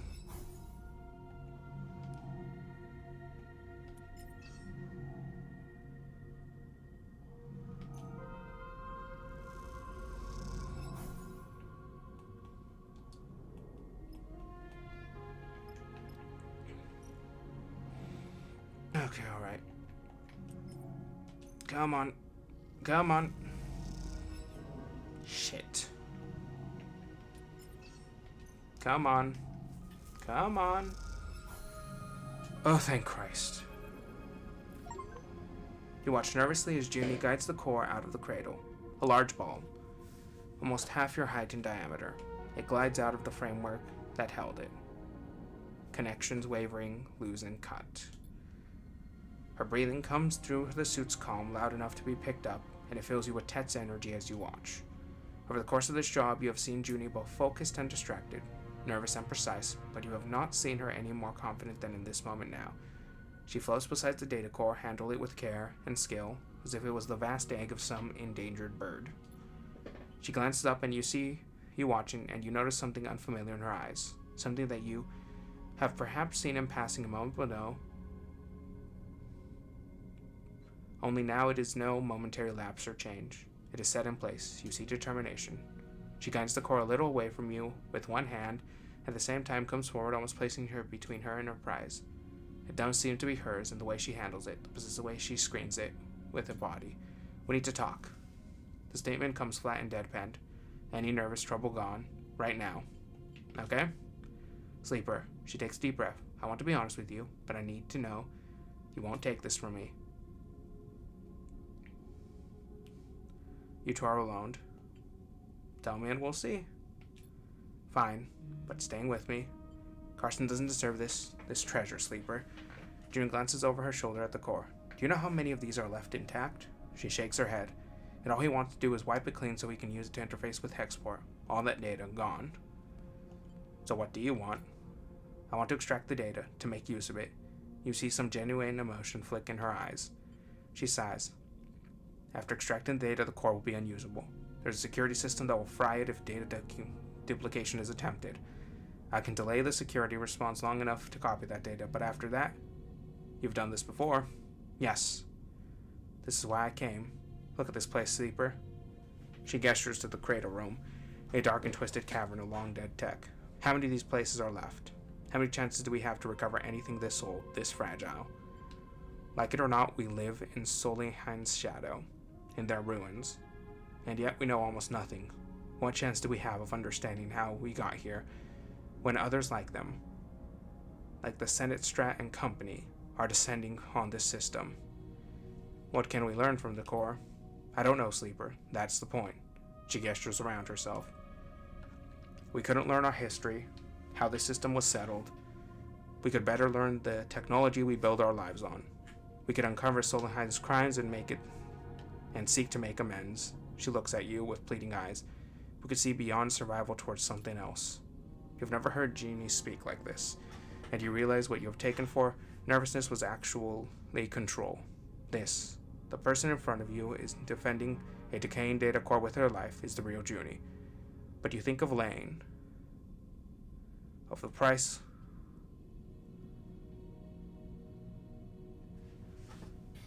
and how that is this even a choice? And the feed lines? Then I'll help you. We find another way to get those feed lines. Carson is in it. Or Seraphim looks tough. Maybe he can grab him. We can do it. We can do something. Don't you work with him? Look, I knew you wouldn't take me if... I might have misled you there. I knew he knew where the derelict was, and I heard your conversation. I've been keeping an eye on him. I know I lied, but I can help you. Let me strip the data from this core. I can help you get the feed lines. It's a lot of information. Okay, alright. Let's do it. Thank you. Looks genuinely moved. This is a gift to all of us, Sleeper. I hope you'll see me like that. Junie turns the data core, gathering one of its loose connections. She takes out her deck and plugs it with and crosses. Her fingers begin tapping at the keyboard, teasing out the core's data and whatever soul it might contain. What is she doing? I'll explain later. I hope you know what you were doing, Sleeper. That's our ticket out of Hexport. You'll see. If you say so. A little while later, once the card has been emptied out and its defect mechanism and scorched, it seems black. Wonder if you've just made a terrible mistake. Okay.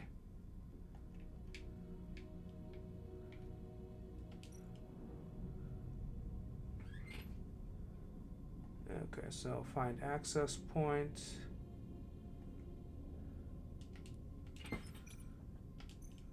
Okay, let's try this. Rip. Okay.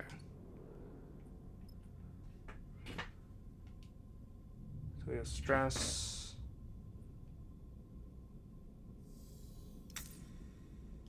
Okay.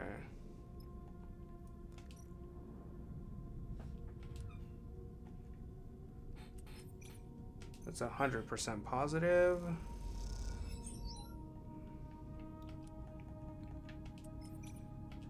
And that's basically guaranteed win. Okay. Cargo storage. Map the bays.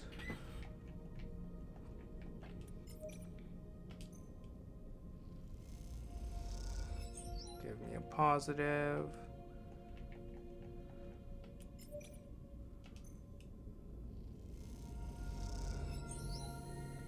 Okay. Deep bays. Extract raw scrap. Okay, so we're gonna get... Actually, you have 4s. What do you mean negative outcome?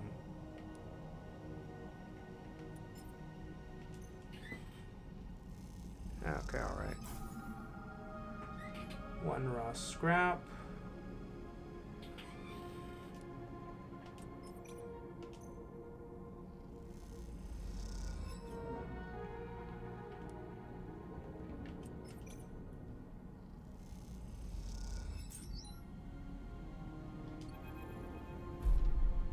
There is a horrifying lurch. You are sent spinning through the bay you were crossing in a hail of debris.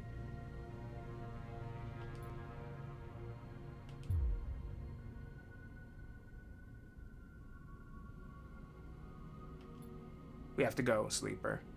This place is done. You both make your way through the splitting derelict. Eventually make it onto the surface.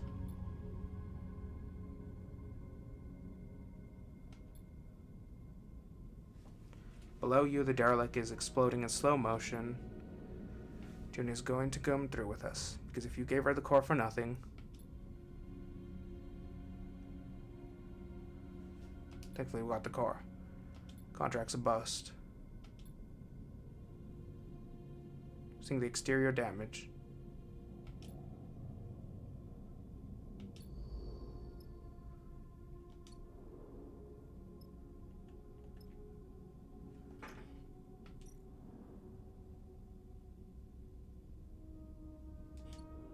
Okay, so...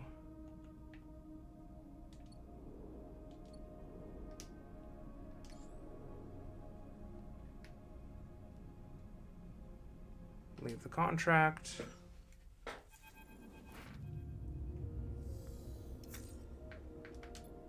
We're going to have to act fast if we want to take those feed lines.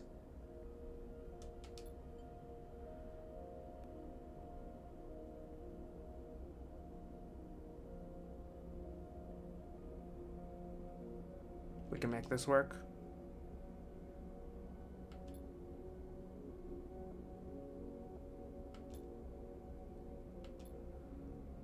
Hexport isn't been exactly.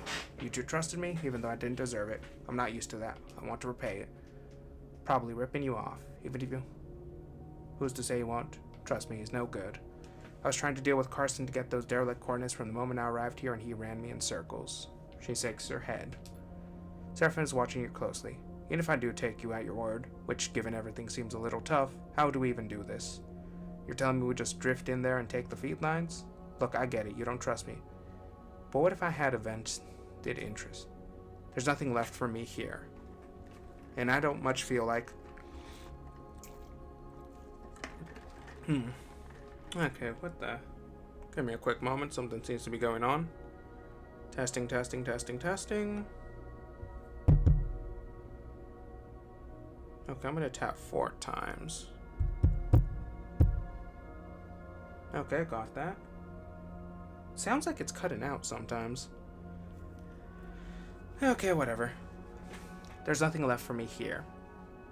I don't feel like matching my involvement in all this. I need safe passage. You need a feed lines to grant it.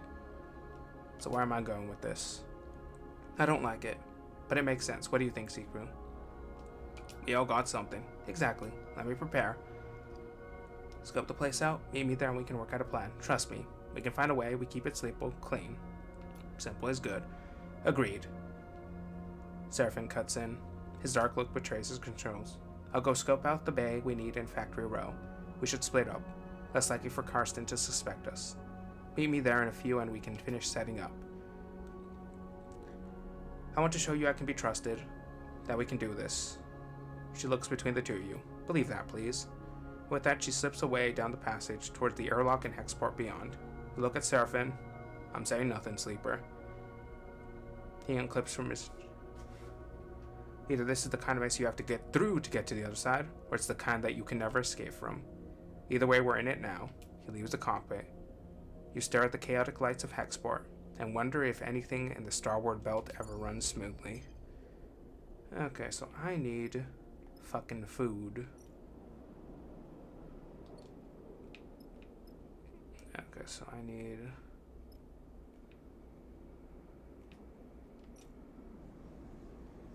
Now this is to buy stuff. We need to sell. It's the contract board.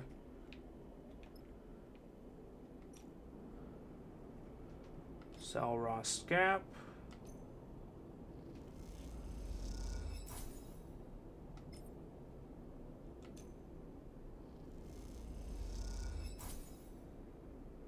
Okay. So we have $34.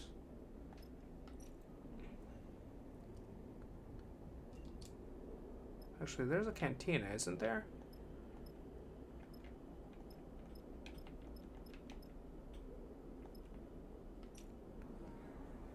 Eat at the canteen.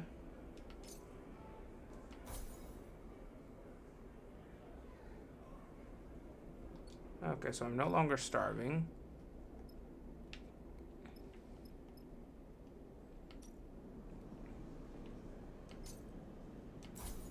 So we buy supplies.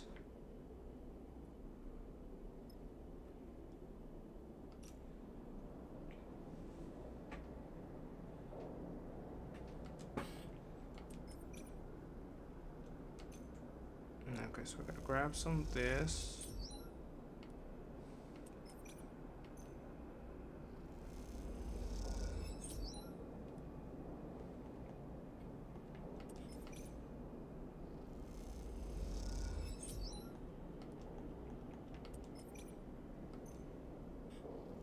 Okay, we're gonna make some money.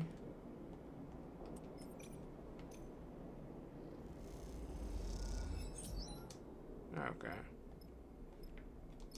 We'll go to the rig.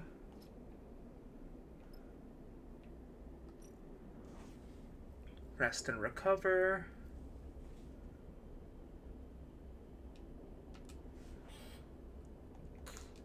Oh, you've got to be kidding me.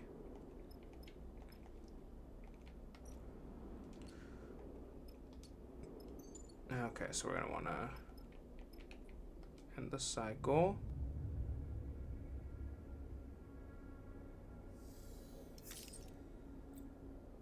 One of your dice is broken, losing all its dice help. Okay, so we need...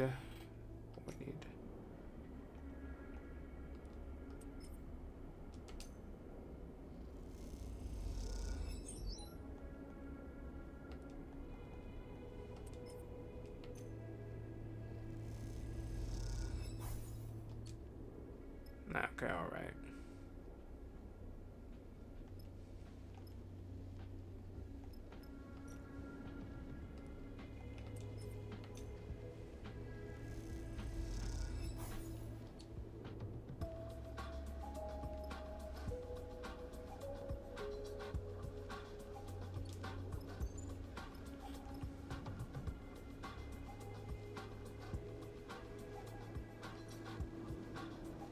Okay, so I might as well make some money.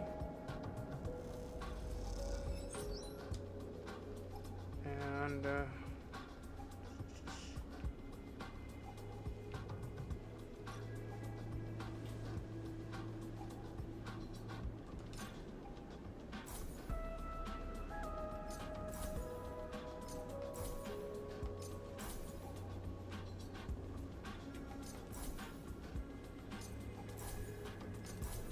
okay.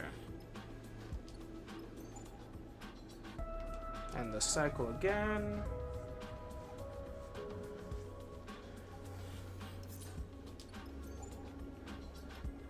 Don't exactly like that shade of dice, but might as well have it. Carson and supply.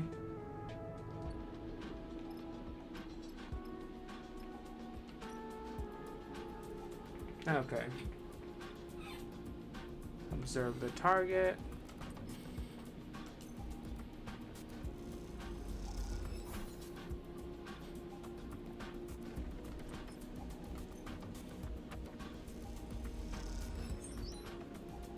Alright.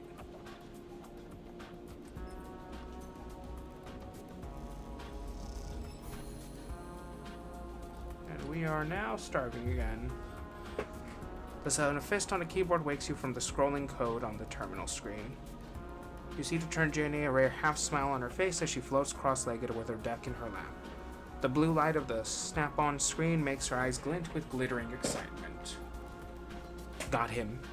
She shoots you a look. Karsten's whole system's mine. You push away from your terminal to glide over to her screen. Running map and protocol now, I want to know every little dusty corner of his network. Nice work.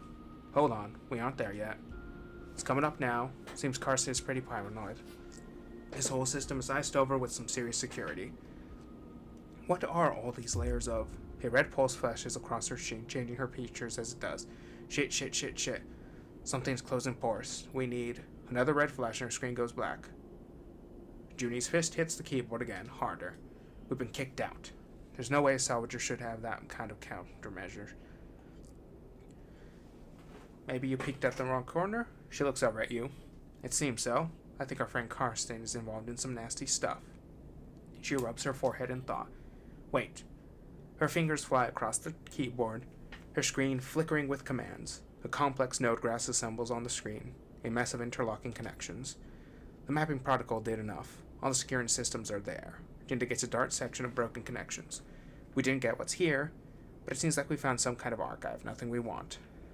So what now?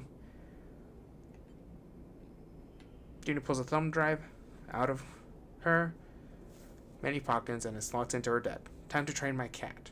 Your cat? It's a Katzenjammer. Cat for sure. Basically, it takes a network map, finds the weaknesses, and when you hook it up, blasts the network with so much network noise and raw data that it becomes unusable. She smiles to herself. Any tech connected gets a killer headache. I built it to take the remnants of the soul and security systems out of commission on old derelicts. She squints. I had one too many close calls. What will it do to Karsten's shop?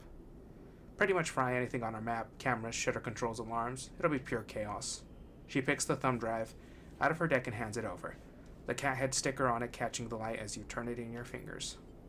We've still lost access, of course. Junie turns back to her screen, bringing up another node map.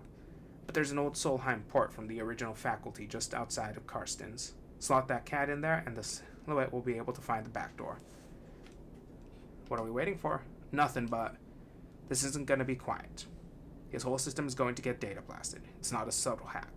When you slot the cat, you get in, grab the feed lines, and run. Sounds like one hell of a risk. Seraphine's voice catches you by surprise as he slips into the dark, empty unit. Well, Junie pauses, looking between the two of you. It's our best option. And where will you be when we run the gamble to make the grab? I can monitor how it goes down remotely, from there or the ship. You can tell he's finding it hard to trust after everything.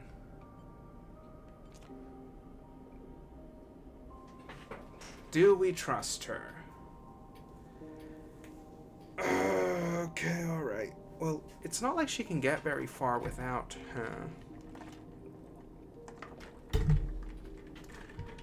Oh god, okay. I trust you, Junie. Thanks. He starts to pack up her deck. But I'll find somewhere else to work from. Close to the ship, but out of your way. Junie shoulders her bag and glides to the door. When you're ready, slot the cat and go. By the time you're back at the ship, I'll be there. Don't leave without me. She shoots Seraphim another look and then slips out of the unit. The whole of Hexport is going to hear about this. We better be ready to get the moment you slot that thing in. I'll be ready. Seraphim nods slightly. I'll be at the ship preparing the engine. We need to be ready to fit the lines as fast as we possibly can. Be careful. Don't stop for anyone or anything. He puts a hand on your shoulder, and don't even think about looking back. With that, he slips out of the unit, leaving you alone to consider what comes next. Okay. So we go to the rig. And we are starving, so what we want to do... make a meal.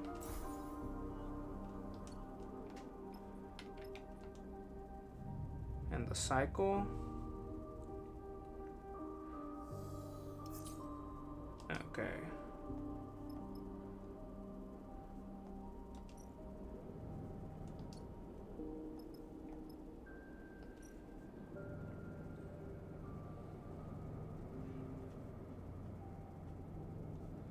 Okay. And here we go.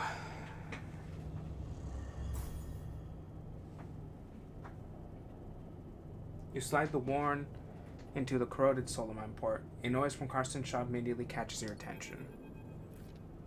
Carson's place is locked up for the cycle. Shutter down, alarms on, the dozen ends of the factory rows shaking past with deliveries and work orders. You hold your position opposite the shot and take a deep breath, waiting for a sign that this is going to work. You look at the thumb drive with a shimmering cat sticker sticking out of the old Solheim access port. You imagine the flow of data as the cat's jammer seeks for an entry point into Katz's system. You think of Junie, tucked away near the ship, watching you go through the public networks. You think of Seraphim deep in the engine room of the rig. Hurry the hell up, you think. Enough waiting. You hear it. A pulsating white noise, spluttering, and then the screaming out of Cardin's shops. The shutter slithers up and down. The lights pulse, the alarm gurgles in confusion. For a moment, you are stunned into stillness. People stop in the street, then turn to look as the shutter's motor burn out in a cascade of sparks and acrid smoke. Now or never. Positive outcome, minus stress. Without waiting a moment longer, you kick off the walls and glide towards the entranceway between the gathering observers. As you do, a cascade of sparks lights up the passage, and you slip through the crowd, the chaos masking your entry. It takes you a moment to gather yourself in the chaos of the shop. The wall-mounted screens scream out white noise, and the flickering lights make it hard to concentrate, but you keep your focus. You scrabble over to the feed lines in the window, grabbing the bundle with both arms. They wave wildly in your grasp as you wrench them away and kick off the counter, gliding out into the passage. Your arcing glide, Your arcing glide takes you into the crowd. You steer yourself through a gap in the gathering bodies and kick off hard towards the port. The feed lines wave wildly, but you grip them hard to your chest and don't look back. Seraphim better be ready.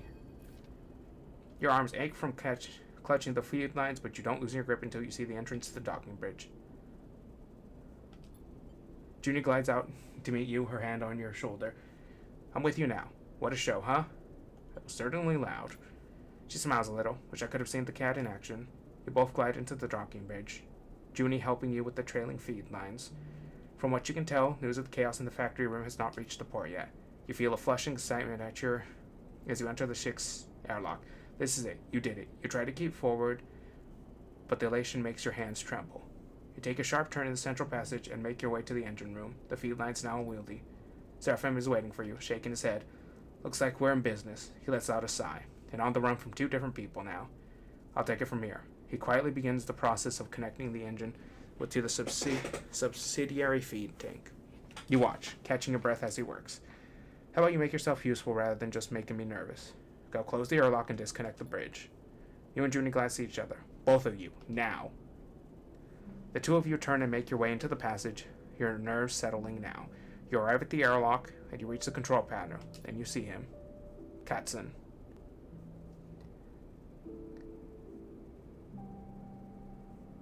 Okay. Fast. Close the airlock. Neutral action. Your shaking hands input the closing sequences inside. The door hisses and slams shut in Cartson's face. He glances you through the airlock's window, but as he does, the docking bridge shudders, closed, blocking him from view. You hear a clunk as the clamps disengage. You are free. Seraphim rushes past, gliding to the passageway of the engine room. Come on, get yourself strapped in. You and Junie silently follow him, your head spinning, your thoughts racing. You slip into your seat as Seraphim punches in the departure sequence. The rig begins to pull away from Hexport. Seraphim hands on the controls. You close your eyes and feel the force of the thrusters firing. And out we go. What the? Seraphim questions interrupts your thoughts as the run crunches around the belt. And have earned an upgrade point. You have push upgrades available. Go to the character screen and was not. Hexport is now behind you, drifting out of visual range. Its glinting lights now just a part of the background glow of the belt's thousands of reflective bodies. Whatever trouble you stirred up in there, it has surely been left behind. Which is why Seraphim's muttering is worrying you. More trouble? Seraphim turns. There's a transition coming out of Hexport. Some kind of evac order? Let me check this. Sleeper. The voice, as distorted as it is, cuts through you. Lane. I know you are there. It's not coming from Hexport? Stay silent. I'm getting you a wide channel broadcast. They're warning people to alter course away from the station. He rubs his shoulders nervously. You are slipping away, a squeak of noise, but we can't have that. I take this personally, Sleeper. A sharp intake of breath. After all my investment, all my care, expended upon you, this is how you pay me? At least we're heading away. Seraphim interrupts. Maybe it's just a precaution. I see a little something glinting out there, Lane continues. Could this be you? Sleeper? You're Seraphim calling. But you don't move, you don't breathe, all you hear is Lane's voice. You unclip for your shape, drifting forward towards Seraphim. He gives you a wild look. A numbness grows in your body. You reach out towards... No, not you. Tension, fear, a hissing silence. All at once the rig screams. System seizing.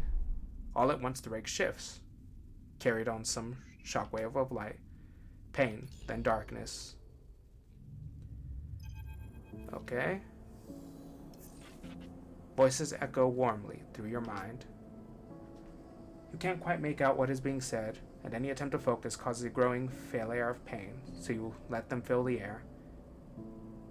Unidentifiable and soft, with the unknown, a vast and dark interior. You are floating, and so you cannot yet feel your body or its weight. The feeling is pleasant, soothing, and at the moment you realize this, it begins to fade. Something spasms in your finger and you flick it away. The sensation caresses the sole of your foot and you kick your leg. A weight settles itself in your chest. You are awake. You open your eyes, the light playing across the surface patterned with stained cushioning. You are alone, the voice is replaced by the hum of air recycling and the distant clink of maintenance system. You are alone and this is not your ship. You jerk upwards against the straps to hold you loosely to the berth, suddenly confronted with the last things you remember, an overwhelming numbness, and below it, an insipid animating force creeping through your mind. You pull out the straps and free yourself, floating up in a small hibernation room, cushioned and warm, your mind racing. What happened? You search back and remember only Seraphine's shouts and the sudden acceleration of the rig in the darkness. A chill runs through you. Cold light fills the room, and you float over to the dark square of the window. You see stars, and bright pinpricks of drive trails, and skeletal docking bridges. This is a station. A sudden hiss drives to the door, which slices open with a pulse of equalizing pressure. Bliss. The entering figure jumps as they see you. You're up. Where's Seraphine? Your friend, right? I'm not really sure. They laugh nervously. I'm not really sure. He headed out a while ago. Troubled repair technician. I'm Bliss. Your crew are out. Sorry. They brought you here. Here? Right. They nod slowly. This is my room. They glance around. Not much I know. We are in my repair bay. On the far spindle, if you know where that is. How did I get here? They look around the room again. Come on, let's go somewhere a little more comfortable. They hold out a hand. You're safe. Don't worry. You follow them out into the corridor, gliding behind them. They move with the ease of someone was either born in Zero-G or spent most of their life in it. They guide you to an enclosed balcony where heavily scratched, thick acrylic windows look out on a chaotic-looking wet dock. At the center of the dock is the rig, scratched and worn, but still your ship. It's a reassuring sight. Is she okay? She will be when I'm done with her. Took some damage, but she's a hardy old thing. Your ship, Bliss pauses. You were lucky. I heard your distress signal. You sense they are holding something back. I guess that's expensive long-range array I was tricked into buying finally paid it off. They laugh at themselves. Well, at least for someone. You were out cold when I got there and have been all the cycle since. Your friend was in great shape either, but he bounced back fast. I make a habit of doing that. Seraphine's voice makes you spin around. Good to see you up. He can't suppress his silence. Are you okay? He smiles. Don't start fussing over me, sleeper. I'm good. Your eyes fall to Seraph's bandaged abdomen. You notice him pulls his jacket over the wound. Seraphine looks better than what he did when you came in. You should have seen. Bliss abruptly stops after Seraphine glares in their direction. Here. Catch. That's all I can get for now. Working on your condition? Seraphine sighs. Please, I'll be fine. Bliss looks at you apologetically. I know what it looks like, but I'm sorry, I can't work for free. Keeping this place going is bad enough. I get it. Seraphine nods. We're just thankful you towed us in. We aren't freeloaders. Bliss looks between the two of you. I'll let you two catch up. They turn to you. I'm glad you're awake. We were worried. They pat you on the shoulder and glide down the corridor. With Bliss gone, silence descends on you and Seraphine. Both of your insurance said. What happened? What do you remember? Lane. Seraphine grimaces at the mention of the name. Lane? He shakes his head. Seraphine looks out at the rig. He takes a breath, steeling himself for what he has to say. Hexport it's gone. What do you mean, gone? It's gone. Seraphine catches your eye. Dropped off the mat. No signal apart from one sent from fleeing ships. I know what happened. No one does. Your mind skips, unable to focus on the information you've just been told. You think of the constant activity of the bends, the rumble of Factory Row, Karsten, gone. By the time Bliss reached us, we had drifted out of range. They couldn't have seen it go up, but I saw a sleeper. Something exploded, white hot. He rubs his arms, suppressing a shiver. A moment later, the shock cone was off us. The rig was crippled. Engine kept firing, but guidance was offline, sending us arcing out across the belt. He drops a hand in his jacket, resting against the bandage on his side. I managed to get her under control, but not before we started spinning. My string came loose and we weren't even strapped in, so we both got scrambled. Felt like being trapped in an auto wash. He smiles a weak smile. He turns back to you. I'm impressed you made it, to be honest. A flesh and blood human would have been smashed to pieces. He goes silent. The image of the two were offering to continue. Could it be to do with us? Seraphine shrugs. Your guess is as good as mine. He squints. Would Lane do something like that? It doesn't make any sense. Who'd suppose a gain? They were on Darkside. They don't go around blowing up stations. All anyone is seeing is debris and radiation. I picked up a lot of ship transponders before the rig was offline. Maybe some people got out. He stops. unable to add anything more. You both float in silence for a moment. What now? Saf asked weakly. One step at a time. You in a rush? We already owe Bliss for the work they did on the rig, but it isn't finished yet. A few more cycles, I've been told. Bliss won't hold us hostage.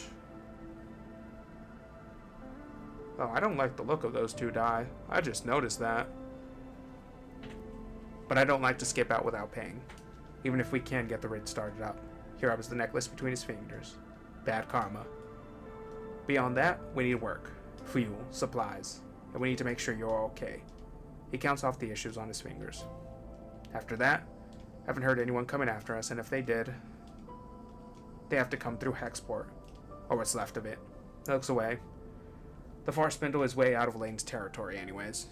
They call this bit of the belt the Wash, and the stations here run differently to Darkside, so for now we have some freedom. Seraphin's size. Freedom to go broke, starve, and get into even more trouble, that is. In all honesty, I was hoping you might have some ideas. Let's look for a contract. You won't hear any complaint from me. We won't be able to fly out for a few cycles yet, but it won't hurt to have something lined up. He pauses and looks away. Look, Sleeper. I'm not sure I can work right now. I just got kicked out of a salvage yard for passing out on the job. Even with the pain meds I've been able to scrape up. I can fly, that's for sure. But you're going to need some crew if you want to do any more serious works. I'm sorry. Don't be. Seraphim nods. Thanks, Sleeper. I'm going to go take a rest on the rig. I'm wiped. You look out at the rig as he leaves. The warmth and softness of your waking moments now feels like a distant memory. Is it what you wanted, freedom? A chance to work for yourself? Not Lane? Well, here it is, with all the problems and complications you can imagine. And at what cost? Could Lane have wiped out Hicksport just to try and end you? You shiver at the thought. But if not Lane, then who? Theories abound in your mind. Dwell on them. Could have been Conway? A drone or mine drifting starward? Senate Strat, perhaps? With some plan to weaken the belt? Or a belt faction attempt to flip the board, by intent or mistake? The belt had considered itself safe from the war brewing on the inner system, but now Hexport's loss will be felt across the Starward belt. But what does that mean to you? Your needs are much more immediate and apparent. Those must come first. You take a breath. Time to make a plan. The glitch clock takes track your level of glitch and indicates if you have any chance of rolling a glitch die. A glitch die looks like this. You have gained some glitch. Glitch is a penalty you gain from repairing dice and from Lame's attempt to hack your system. Your current level of glitch is represented by a glitch clock to the right of your die. You can have a maximum of 6. Each level of glitch you gain will increase your chance to roll a glitch die at the start of a cycle. Each time you roll a glitch die, you clear 1 level of glitch. A glitch die has an 80% chance of a negative outcome when used, and 20% of an positive. Okay. You find Junie in the airlock, her small collection of things crammed in her bag. I was coming to see you, I promise. I was waiting for you to wake up, but Seraphim said you're okay, so... You're going? Well, it's okay. Thank you, Sleeper. I'm glad you're feeling better. When you were out, she pauses, the concern for you obvious. I was digging into the data I pulled from the core, the Solheim one. There's a lot of stuff in there, but it's impossible to read. Either I'm decrypting it wrong or I don't have the right cipher. Whatever it is, I think it means the data is important. Or at least, it was to Solheim. I need to find someone to help me pick away at this and crack it open. That's where I'm going. I understand. Yeah. She nods, it makes sense. Oh, she suddenly reaches into her bag, producing a handful of chits. Some of the data I sold, just so I can buy myself a ticket to where I need to go. It's not much, but here's your share. She passes you chits. Thank you. She smiles. You deserve more. She catches herself. I'm sorry. Good luck, Sleeper. And tell Seraphim goodbye for me. What are you chasing? She freezes, caught off guard of your question. She pauses. I know there's value, true value in that data, Sleeper. I know it, and She pauses again, unsure of herself. I have a project to continue. One I can't, I won't abandon. Maybe I can tell you about it another time. She smiles weakly, closing up again. Well, she rolls the back of her pack. See you around. You watch her drift away down the docking tunnel and into the far spindle, with questions still bouncing around your head. Maybe if you cross paths again, you might be able to get some of them answered. Okay. So we have 4 supplies. The Underhound, Growing Shantytown, the Rig. Okay, so help the residents. Underhang residents couldn't afford to rent further up, so they came down here to build their own unit. They always owned a repair code. Wander the Underhang.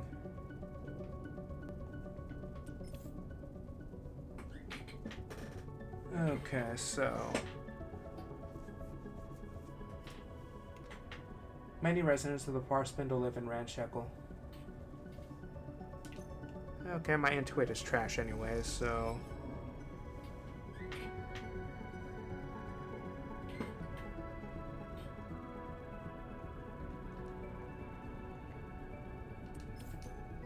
I'm gonna get rid of this glitch die.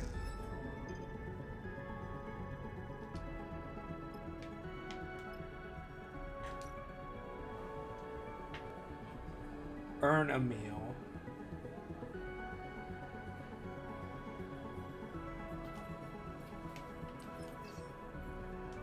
Okay, so how does this look?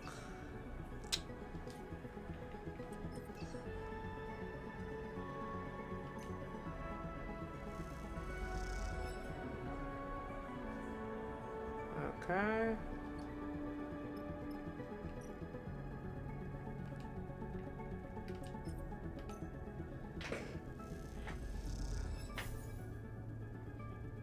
Life beneath.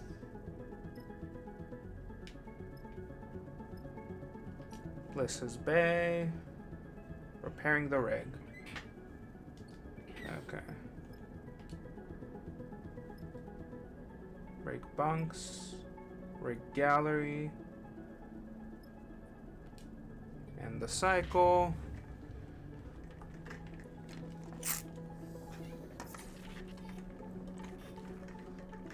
And we have more glitch.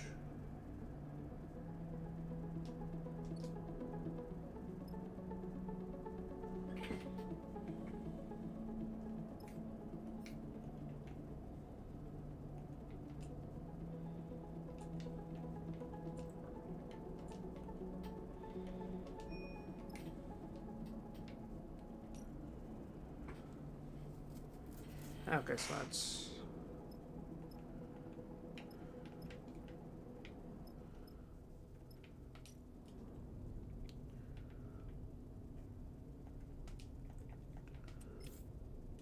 okay, we're gonna wander the underhang. It's a negative outcome.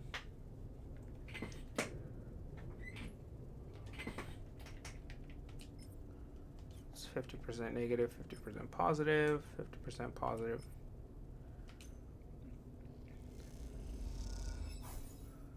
Okay.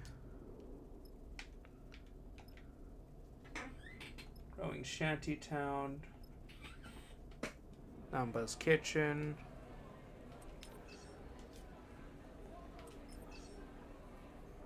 Okay, we'll do this. Positive outcome. Hey, that's a pretty good meal. Ceiling shift.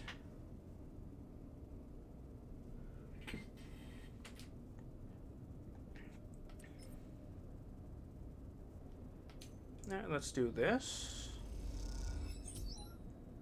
Action completed. Plus 11. Alright, so we're gonna get the rig and the cycle.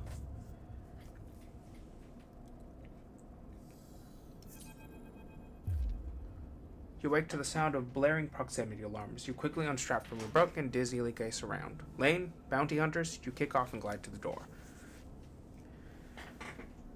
Sorry. Okay. Got a bit of the munchies, so gonna grab some snacks. As you do, Bliss pops their head from around the corner. Sorry, they look a little sheepish. In all honesty, it's not my fault. Your wiring's all backwards. It takes a moment to understand what's happened. You steady yourself against the door frame. Sorry, I'm just a little jumpy. I get it. Bliss looks down. Didn't mean to wake you.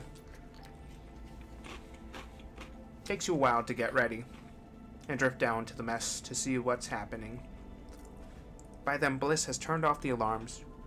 You find them on swirling waters from a hatch you never previously noticed in the mess's ceiling.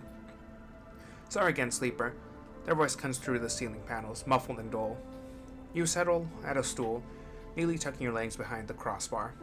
How are the repairs coming? How are you doing? Me? Bliss's muffled voice echoes around the room. I'm working. A pause. Helps keep my mind off things. How's the ship? Bliss spins deftly, hooking their legs into the open ceiling so that, from your perspective, they are hanging upside down. Almost done, if you can believe it. Their messy hair floats around their head. A couple of cycles worth of diagnostics, and I'll be happy enough to release her back to you. A yawning Seraphim drips in. He looks between the two of you, amused. What are you both doing up so early? You and Bliss exchange amused looks. What? Seraphim asks. Didn't hear the alarm? Heavy sleeper, he shrugs. He drifts over to the mess's cupboards to hunt for some breakfast. You turn back to Bliss, but they have disappeared back into the ceiling panels. Before long, the mess is filled, and the shrill screech of a power tool. Seraphim looks totally unaffected, and hooks himself onto a stool, lazily sucking at a ration pouch, while he taps away at his slate. The screen finally stops. After a while, you kick off your stool. Time to head out. Bliss rushes after you, stopping you in the passageway before you can leave. I have something I want to show you. Bliss leads you off the main corridor into a corner of the ship you don't remember visiting before. You come into the room with low sloped ceilings and a single round window illuminating something. Some neat tool storage and a workbench set into a wall. Look, Bliss begins. I'm no specialist, but I'm a quick leader and I'm good at repairs. They smile. And I think you have need of me. They look around at a tear in the thick vinyl skin of your arm. Can I take a look? Okay. They smile and lead you towards the workbench. They turn your arm, looking at the tear from all angles. They reach over to the workbench and take a small sealant gun from the rack. They look at the setup. It's basic, but it looks clean and well organized. They gently close the tear with sealant, pressing the edges together so it closes up neatly. After they are done, they release your arm and you can barely see the scar. Bliss admires work. See? They smile. I know it's more serious than a tear. Bliss folds their arms, but I can handle it. They turn and search away metal drawers for a moment. Here. They produce a couple of carefully machined pristine components. Was saving these for an important job. They wink. Guess I found it. Bliss pushes the components into your hands. Take them. When you're ready, come here and we'll fix you up. These are rare to find, though. In the future, we might need to do with something lower quality. They wince. You can find scrap components at most scrapper ships, like that one hanging around the underhang. The better the components, the easier they'll integrate with your system. I'll do my best to keep you running. Bliss things on the workbench. Thank you. Don't worry about it, they shrug. You're a guest in my bay, and I can't have my guest bodies collapsing now, can I? Plus, I think it benefits me if you think of me as indispensable. Bliss smiles. I should get back to fixing the ship. They leave you in the workshop among the simple tools considering the particular qualities of your new friend.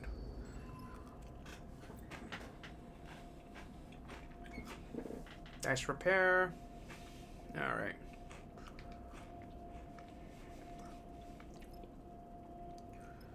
So we can now...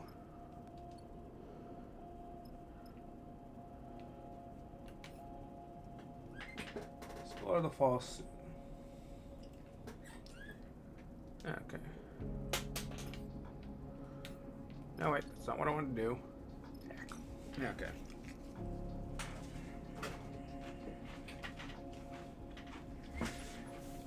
Alright.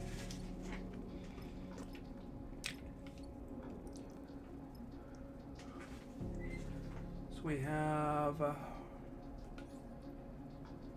3 points available.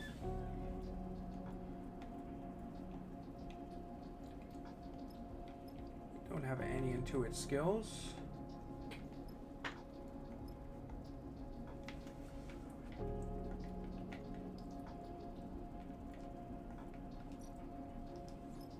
No, wait. +1 to affected crew dice.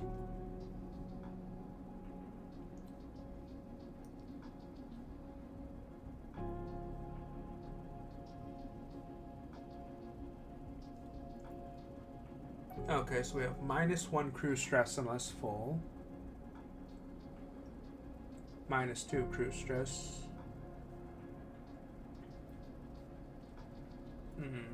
You know, this saved my bacon a few times, so we're gonna grab that.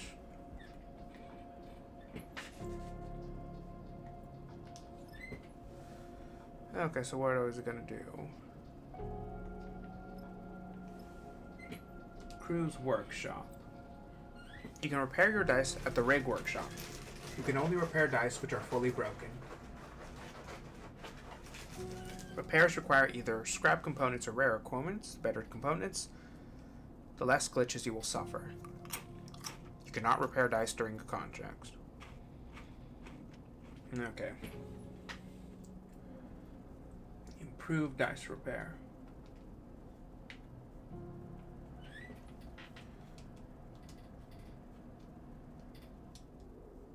No, wait. Why did I go back?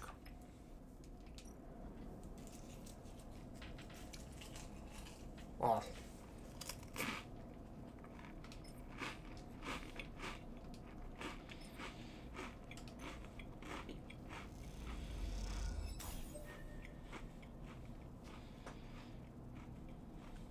right.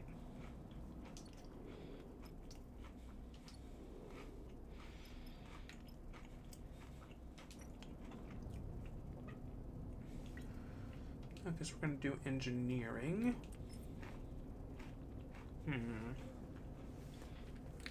Yeah, sure, yellow. Yeah, okay.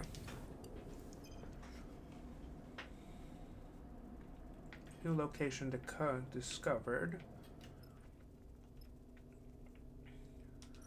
Scrapper ship.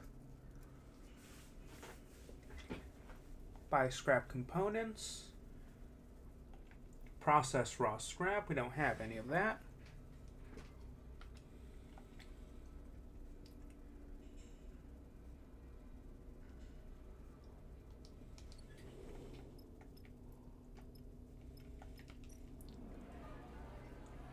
Let's see if we can improve. Okay.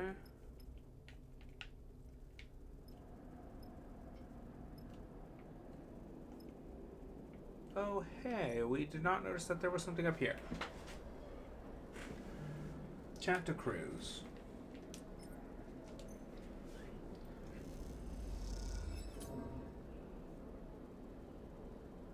Okay, we lost some cryo. That's not exactly bad.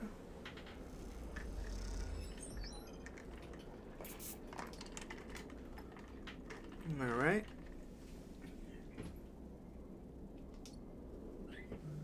Just gonna end the cycle.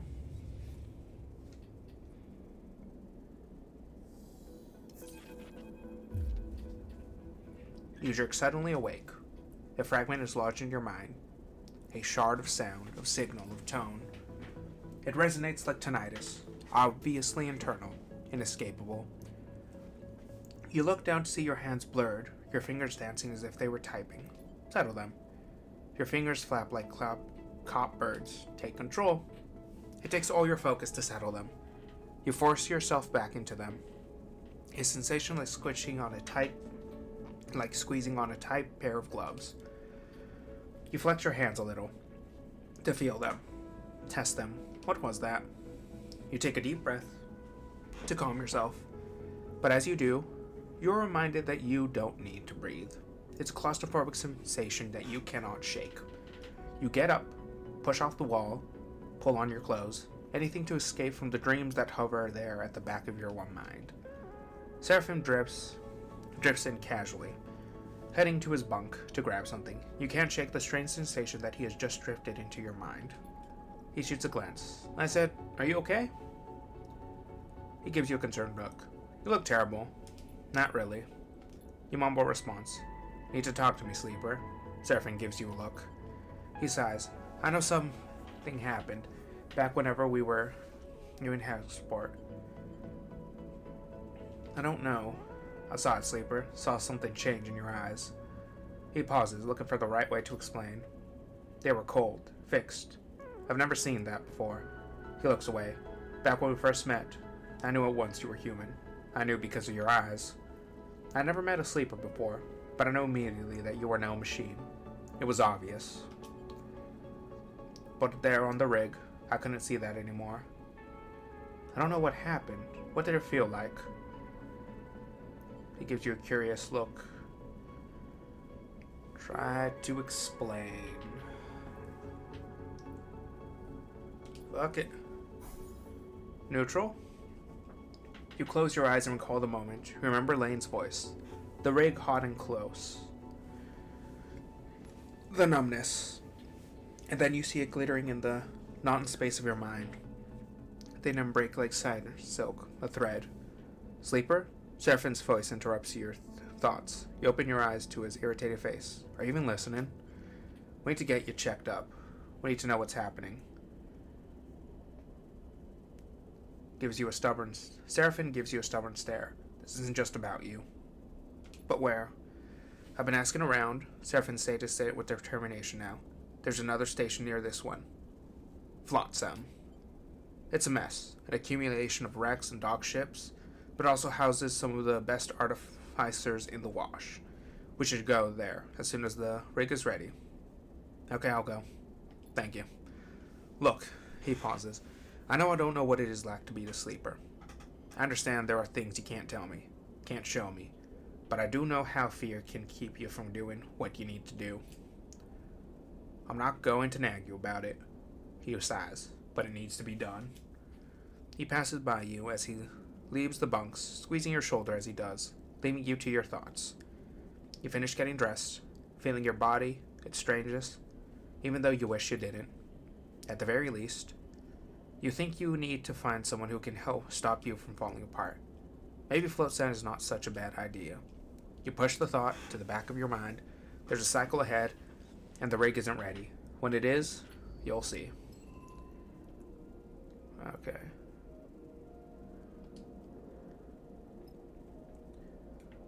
Okay, let's see what's in here.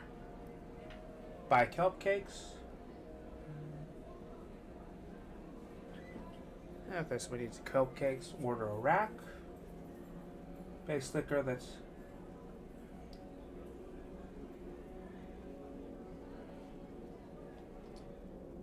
Okay, alright. So we're gonna go to the spindle core.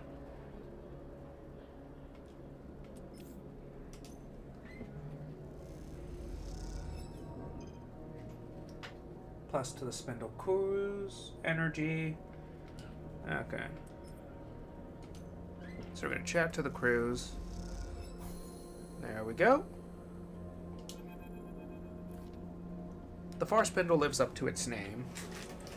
It's a tall stature, making it a real effort to travel end to end. The local solution to this problem are the transit tunnels. Massive tubes bolted onto the outside of the spindle that allow for rapid passage from bottom to top. As you find yourself in one of these cavernous passages, bulky cargo haulers rushing by, you start to wonder if braving them is worth the effort. "Back up!" The shout rattles down the bare transit corridor like a gunshot and is rapidly followed by a crunching impact. You spin, pushing yourself against the side of the wide cylindrical passage. As you do, a hauler glides past, sending a rippling wave of air across you in its wake. When the roar subsides, you hear a string of expletives coming from nearby. A spiky-looking figure clutching some oddly shaped open frame object gestures wildly at the vehicle as it glides away. Kadit? I'm gonna call him Kadit. Spiky air bike courier. Dickhead, she spits. Now called hair Kadit. Dickhead, she spits an impressive glob of saliva down the tubble, and it spirals in 0G. She turns to you in anger. You see that? Tried to turn me into the wall. Tried to slam me into the wall. Total dickhead. She nods firmly. No shit. Haulers hate us. She sniffs and looks you up and down. Not supposed to be in transit system without a vehicle. She squints. Not like I care, but maybe you do? Right, sorry. Like I said, don't care. She rolls one of her shoulders, stretching it out. You're new here, right? Isn't that obvious? She shrugs sympathetically. Nothing to be ashamed of. Let me give you a tip. She begins checking her open frame vehicle, tightening bolts and untangling pipes. Avoid the haulers. Dickheads, the lot of them. Especially the water haulers. Think they're better than anyone. Don't mess with the stevedores, though. They're good people. Get treated like shit by everyone else, just like us. She rapidly plugs and unplugs a series of connections. They'll show you the shortcuts. She looks up and never, ever get in Spindlejack's way. She smiles, spinning the vehicle in her hand. Spindlejack? She thumps her chest. You're looking at one. She pauses, considering something. Then suddenly, she reaches into one of her many pockets and pulls out a small translucent rectangle punched with holes. Text glints within it, reading, Cadet, Stripline Express. You take it. Cadet. She flexes proudly. That's me. Striplining is my outfit. Kamal's the dispatcher. Small outfit, but we punch above our weight. Dispatch is here in the Spindle's core, but I run transit tubbles up and down the Spindle 10 times a cycle. You need anything moving on the Spindle? Data, tech messages too hot for handling? Come find me. I'll do that. She nods. Tell them I sent you. They'll make sure it gets to me. She kicks off the wall and mounts her bikes, triggering a small burst of compressed air to keep herself steady in the transit passage. You hear a buzz of distorted speech from what you assume is her dispatcher. Cadet angles her head to her communicator and mutters back into it. Got a hop, sleeper. She looks over at you and something flickers in her eyes. An idea, or maybe just a realization. You might be able to help me with something. Package that's been bothering me. Come to the office at Stripline in a few cycles and I'll show you. Sure. We'll call it a favor on account of me saving you from being flattened by a hauler. She winks. Now you better get out of here before another hauler tries to squish you. You step back as she twists the handlebars and a burst of air sends her flying down the transit corridor at unsettling speed. You watch her gore, slightly caught off guard by her friendly remarks. What would a courier need you for? Then you turn the idea over in your head as you find a way out of the transit corridor, back to the safety of the main concourse. Okay. Anything up here?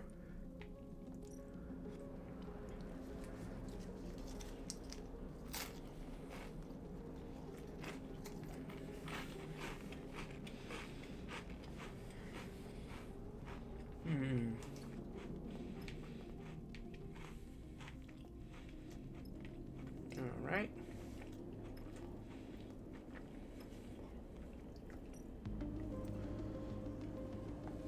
Buy supplies.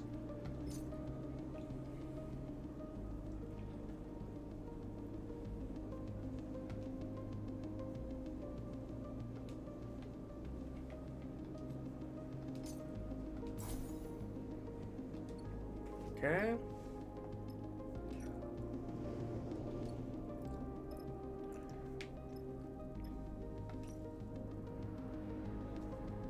Okay, so let's see here. Yes, I am a skeleton. Thank you. Welcome to the stream. Thanks for checking us out. And Kajet is Okay, so we need a way for her to... Okay. Now, I was...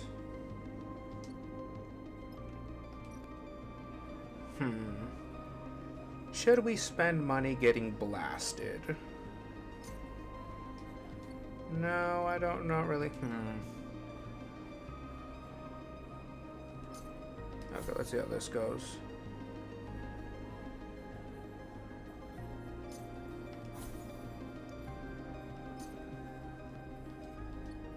Okay, so these both... So we'll go here. And we'll do this. That's a negative outcome. Nope. As you glide through the Pinnacle docks, you hear shouting echoing down a corridor. You tentatively change directions, your eye fixed ahead as the passage widens out into a large bay. Others rush past you, heading towards the commotion. Your eyes are drawn by the bay's vast viewing window, which is currently being splattered with glittering shards of ice. In front of it, a dock worker is shouting to anyone who will listen. "Spacers, workers of the Far Spindle, we need your urgent assistance. The water carrier Springtide has suffered heavy damages in transport from Wellspring." He takes a breath. "All able hands, we need you to help secure the cargo. Without this water, Far Spindle will struggle to support you." He looks desperately at the crowd. "Please, any who are able to help, please make yourself known." Behind him, a corona of ice ejects from one of the tanks, drawing a pale halo around the ship. A handful of experienced-looking spacers push through the crowd towards the front, and dock workers start to direct them towards nearby bridges. You watch the scene unfold, hesitant in the face of making someone else's problem your own.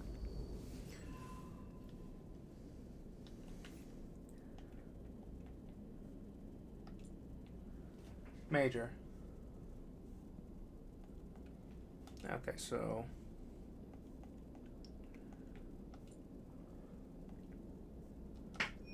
Okay, that seems like a potential... Yeah, we're gonna do this. Okay.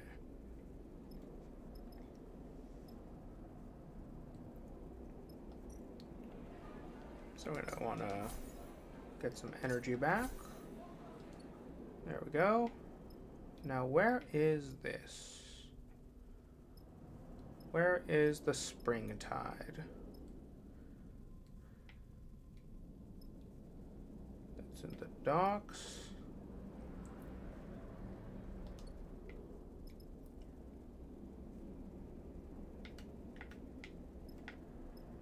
Wait, we can twist it. Not much, though.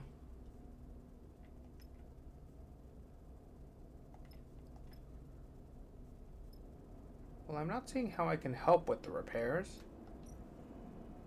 Nothing I can do here. Pinnacle docks.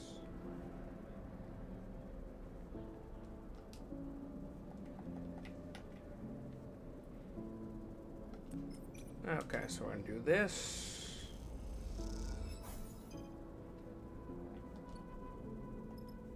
So we can also do this.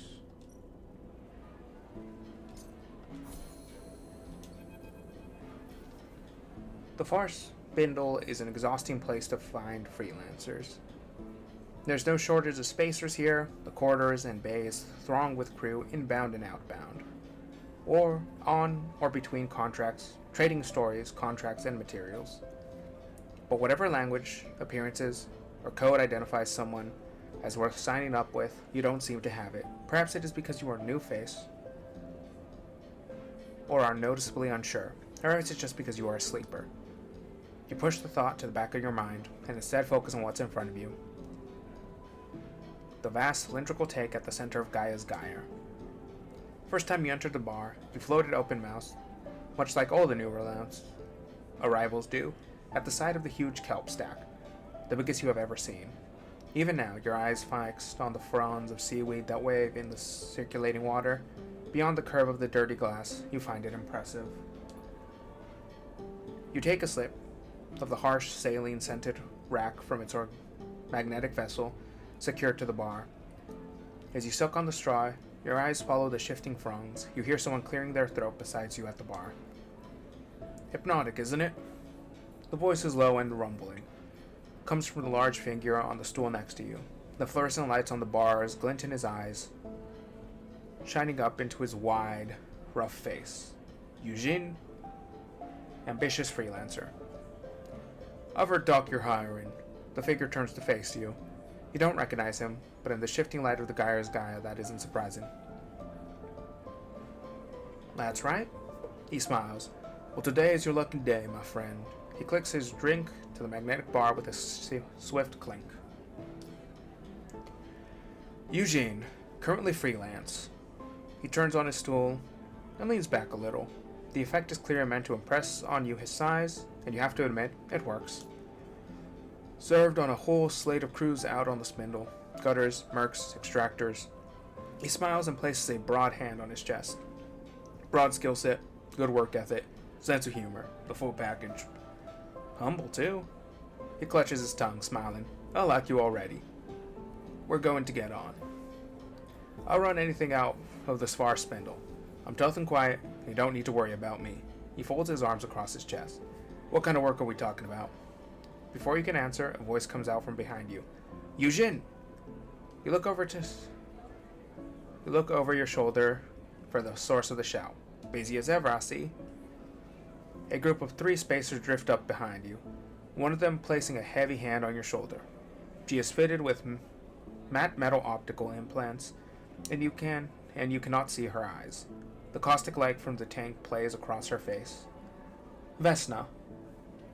Cold and hardened captain. Too busy to keep in touch, she sighs. I really don't like it when I have to come and find you. Vesna. Eugene nods politely at her, not betraying any strong reaction. Do I look like I'm socializing? He shakes his head. This is a meeting. Oh, a meeting. Vesna squeezes your shoulder. Is that what this is? Yes, Vesna. We're talking about your delivery, in fact. Eugene smiles widely. My friend here is going to be very helpful. He shoots you a knowing glance. That's right. Vesna turns to you with a raised eyebrow, but before she can speak, Eugene cuts in. This sleeper has a unique ability to extract data. Eugene smiles at Vanessa. Exactly the kind of data you have been asking for. So if we can just get back to it, Eugene gestures towards you, then I can deliver what you need. You know, Eugene, I am pretty tired of this whole act. She gestures dismissively at him. But in the end, it doesn't matter. She drops her hand from your shoulder to her belt. Your eyes follow down, and you see a dark boxy shape there. A weapon? You either deliver by the deadline, or you don't. And when you don't, she smiles tightly. I'll be happy to take you through the consequences. Until then, she shoots you a final glance. Chat to whoever the hell you want. Vanessa and the 2 spacers flanking her glide out of the bar, and Eugene watches them go with little emotion. So, you're about to hire Lee. I was. Well then, he smiles, put that little interruption out of your mind. Vesna just wants to scare you off. She likes to cause me trouble. Eugene looks away, out of the door of the bar. Let's not let her. He pauses in silence at the moment, still looking away. You try to get a read on him, but his face is blank. Only his glittering eyes hint at some rapid internal activity. He turns back to you and meets your eyes, a sudden shift in his manner obvious. If you need crew, you need to work. And you need to work, you need cryo. Is that right? He doesn't stop from your answer. Well, I can offer both. Hard work and a good contract with a good payout. You take me with you on this job of mine, and we split the take. He looks down thinking. Hell, if you do, I'll consider signing on long term. He smiles. Think of that. No more recruiting. What's the job? Salvage. I know of a wreck untouched by the local crews, which recently turned up in the wash. It's just a little sunward from here, but its disabled transporter makes it invisible to anyone who doesn't know it's there. Had to squeeze the location out of a contact, but I'll share it with you for a straight split. Take me and your crew, and we'll claim it all. And we'll claim it all. It's going to be a good payout. A really good one. What's the catch? Eugene frowns. No couch. He leans back and looks around the bar. Happy to take the offer elsewhere. I just felt like you were the right captain for this one. I'll be ready whenever you like. Eugene pauses. As a show of good faith, I'll also fly out with you on any job from the far spindle, but not leaving the station with you yet. Not till we get my job first. After that, we can fly together. we can talk flying together. No need to rush into it. He shakes your hand firmly, his palm rough and pitted, and then turns back to his drink. You slip out of the bar and can see if Vesna is nearby. You don't spot her among the passing crew, but you can't help but imagine eyes on you in the bar. You shake it off, having become familiar with the feeling of being observed. What matters is that you found yourself a crew member and a contract. Whether either will come good, however, remains to be seen. Okay.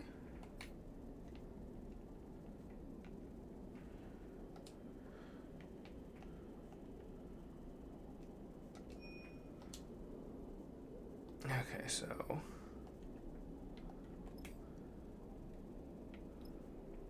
Okay, so first things first.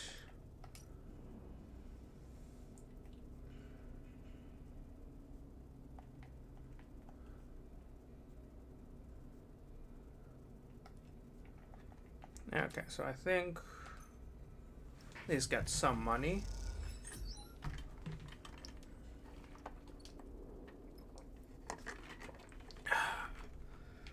Alright, so we're gonna end the cycle. And as you drift lazily down to the ship's mess, you hear raised voices. You steel yourself for a moment at the entrance, then slip inside. Seraphim sits hooked onto his usual stool, his slate glowing beside him. He is shaking his head as you enter. Bliss, meanwhile, is floating freely and gesticulating sharply as they explain something important. I don't see why not. Bliss chops at the air. It's not like you have an alternative. We can get the cryo. It'll take time, but we can get it. That was the deal. Seraphim speaks, calmly trying to placate Bliss. Sleeper! Bliss spots you entering, and they turn to Seraphim. Let's see what Sleeper thinks about it. About what? They both fall silent for a moment. Seraphim sighs. The rig's ready, Sleeper. Bliss gestures around the max. I fixed it. Hell, I've improved it. She's permanent thanks to me. Now, wouldn't you say, having done such an incredible job, I desire to be paid properly for my work? A calculated look crosses his face. A refit and a retune like this would typically cost my clients hundreds of cryo, even if I was feeling charitable. Seraphim sighs loudly. He knows where this is going. See, I could make you pay, and maybe you could even scrap the cryo up, but not without taking a contract and taking the ship off the station, leaving me in the lurch. We wouldn't do that. Seraphim starts, but Bliss holds up a hand to shush him. So I have a proposition, one that clears the date completely. They pause. I will turn around the open sign on this little bay of mine and join up with you. You keep me in work, give me my slate, and give me transit to wherever you are headed, and I'll even keep this rig of yours working for free. What could be better than that? Us paying and being on our way, with no hangers on. Seraphim folds his arms and looks at you. Tell him, Sleeper. Actually, we could use their help. Bliss grins at Seraphim. See? Sleeper gets it. You can use my help. I'm an excellent engineer, tidy shipmate, and half-decent chef. I'm done with the far spindle. I'm done taking not enough jobs for not enough cryo on a station where I know nobody. They pause satisfied. You're welcome. Seraphim holds up his hand. Look, we appreciate it, but we're on the run, Bliss. Trust me, you're better off here. He gives them a serious look. Even telling you this could put you in danger. Bliss pauses, then starts laughing. On the run. They shake their heads smilingly. So you expect me to be scared off by that goofy shit? It's true. Bliss just shrugs. The system is at war. The belt is spiraling into crisis. Everyone's got something. I knew you were at Hexport. Seraphim looks at them, open mouth, searching for a retort. What happened there? Who's to say it won't happen here? I'm not sitting around watching this all play out any longer. They take a deep breath. Something has to give. Bliss turns to Seraphim. Look, you've done your due diligence or whatever. You're on the run. I've been warned. I accept the risk. That's it. At the end of the day, the ship, yours, is clipped up into my bay. So unless you know my encryption protocols, there's not much left to discuss. Seraphim shakes his head. A small smile crosses his face. They've got us there. He looks at you, then at Bliss. Looks like we've gained a crewmate. He unhooks from his stool. But I'm moving to the engine room. and he drifts off towards the bunks to gather his things. You and Bliss exchange a nervous look. Sleeper? Welcome aboard. Bliss smiles and gives you a half-hearted mock salute. You leave Bliss in the galley and head to the cockpit. The rig is ready to fly again. But the question is, where to take her next? Seraphim mentioned Flotsam, a short Starward journey from here, as a busy station where you might find an artificer to help diagnose your glitches and errors. Sunward, meanwhile, is the Helios Gate, an abandoned and uninhibited magnet structure left from the Solheim days. Maybe good for salvage, but not an easy place to survive. And beyond that, well, as they say, the belt is wise. At least now you have a functioning ship. Alright. You have unlocked the belt map. Go to the map and press the belt button to travel to the other hubs. Discover new parts of the Starward belt. Okay. So we want to go up here. We want to go to the hidden wreck. It's risky, but it's not dangerous.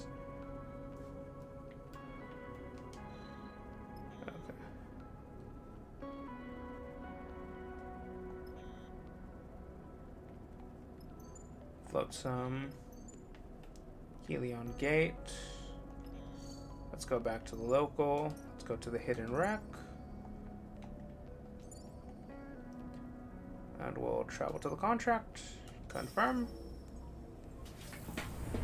So we have 10 fuel and full supplies. This is not what you promised. Seraphim turns to Eugen with a raised eyebrow.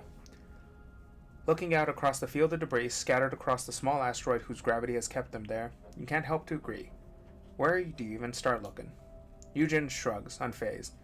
I said the wreck was hidden, transported off, no flat records. I didn't say it was intact. If it was an easy job, I wouldn't have come with your crew. Could have just grabbed it myself. We'll all earn our share. That's definitely more than one wreck. Bliss is leaning towards the window, staring out at the glinting debris. I see at least 3, maybe 4, different engine housings out there. Seraphim sighs. You really think there's something of value to be pulled from all that? I know there is. My tip-off is good. We just need to find the right part. Of the right ship. He looks out of the whole field of debris. Any clues?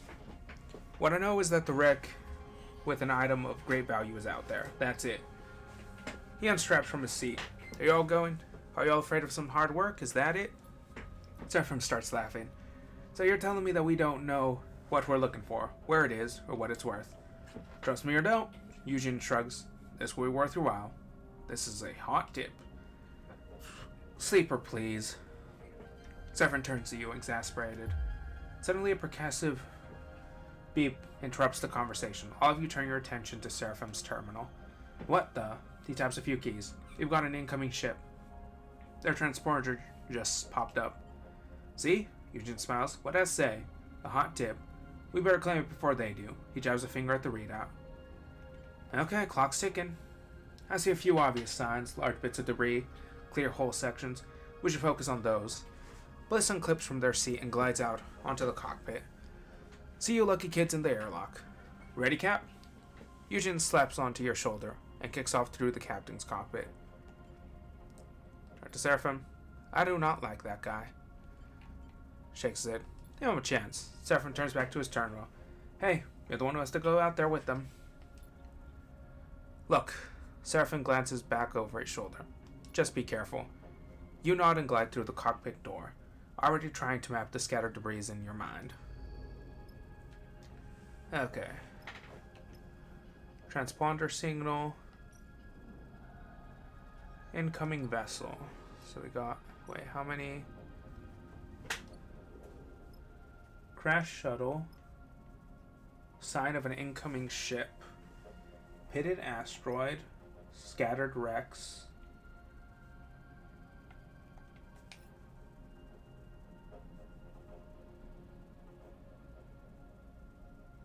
Okay.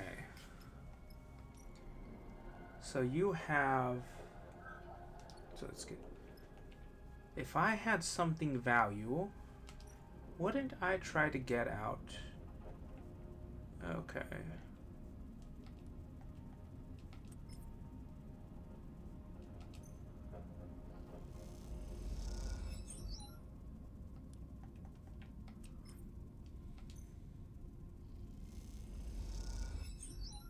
Okay, there we go. Okay. But we do have this.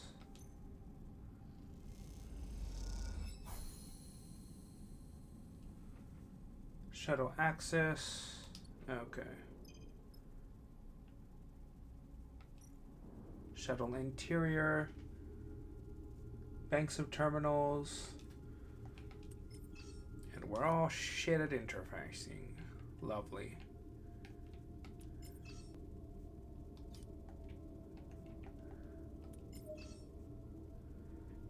Wouldn't call this engineering.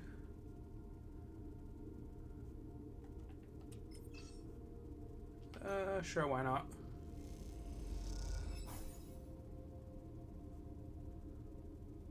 Okay, so we got some data.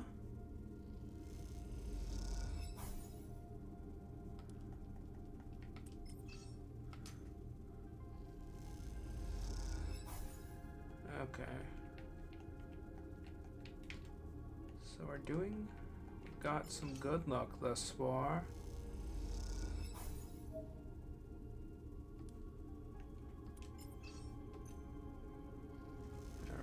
Alright.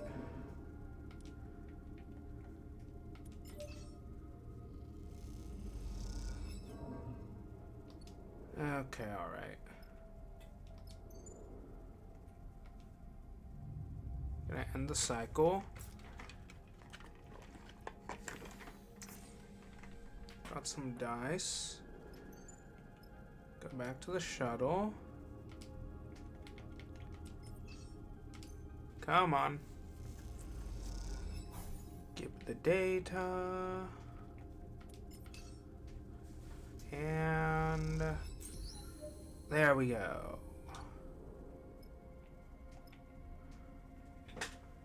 We have pitted asteroids, scattered wrecks. Analyze the debris. Okay, alright.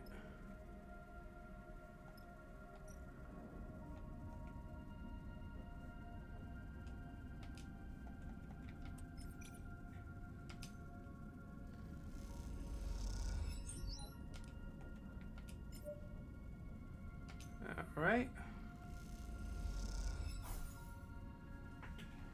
+1 stress. Come on. Got some more stress.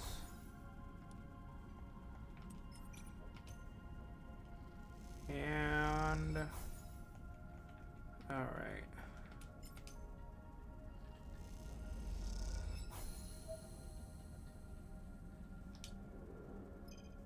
Okay. Yep, there it is. Unlock with cipher. We already have the cipher.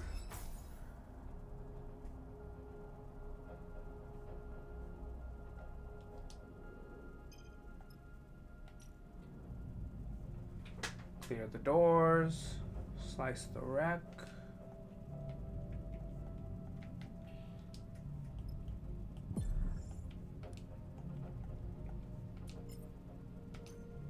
Come on. There we go.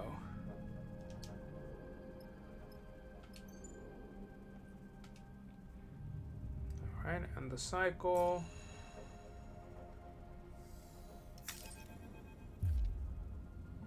Eugene, you piece of shit, where are you? The distorted voice rattles through the ship as if...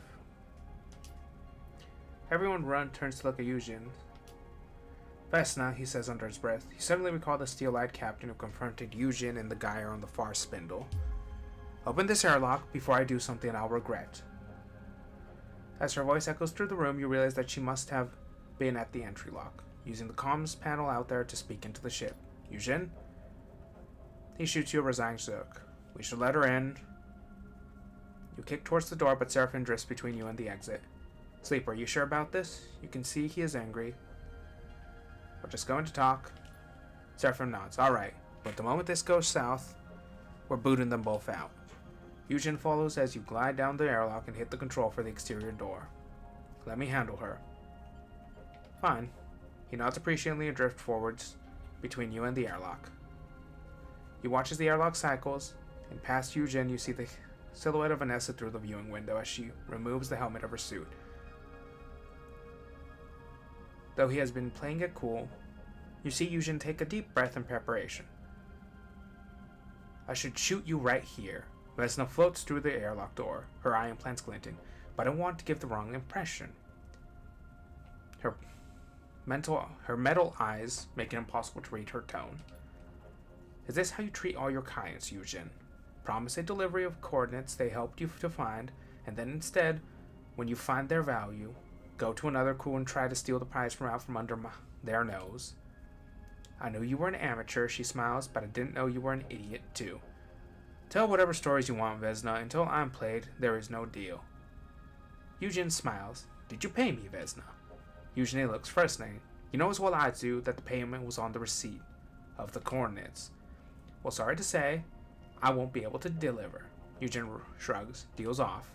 You piece of shit. Vesna's hand goes to her hips. Now. You are a guest on this ship, Seraphim Flames. Comes from somewhere behind you. Let's all remember that. You turn to see Seraphim holding a full bolter at his waist, its wide muzzle trained on Vesna. Vesna lets her hands go loose at her side, abandoning her threat. Of course, she sighs. I thought you might all see the breach of trust in the situation, but I was wrong. How do we answer this? Get off the ship. Eugen owes you nothing. I don't want to escalate this.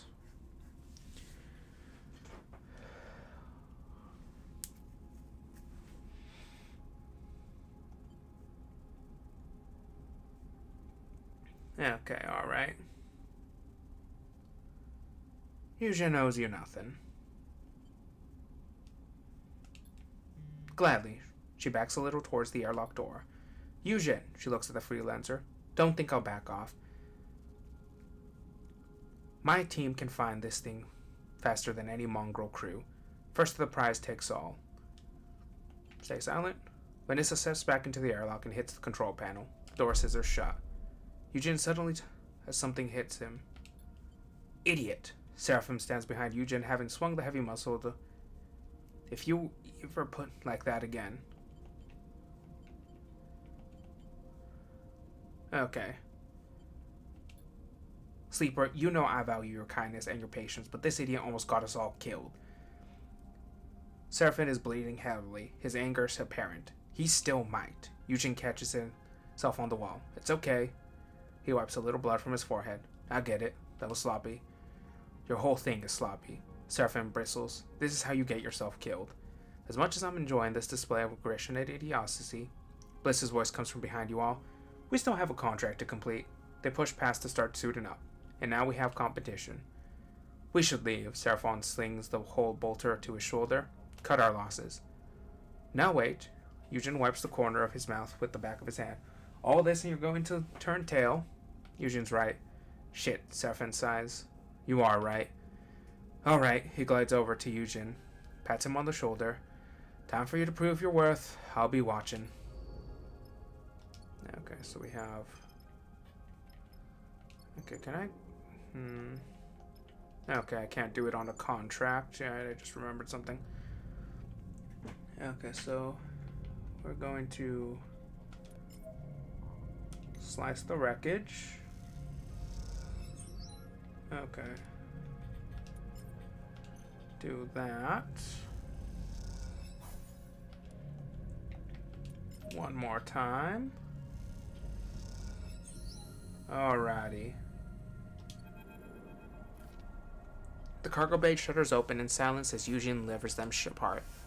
This is it, the final layer to pull back before you can reach Eugen's mysterious prize. You can't help but feel a little excited.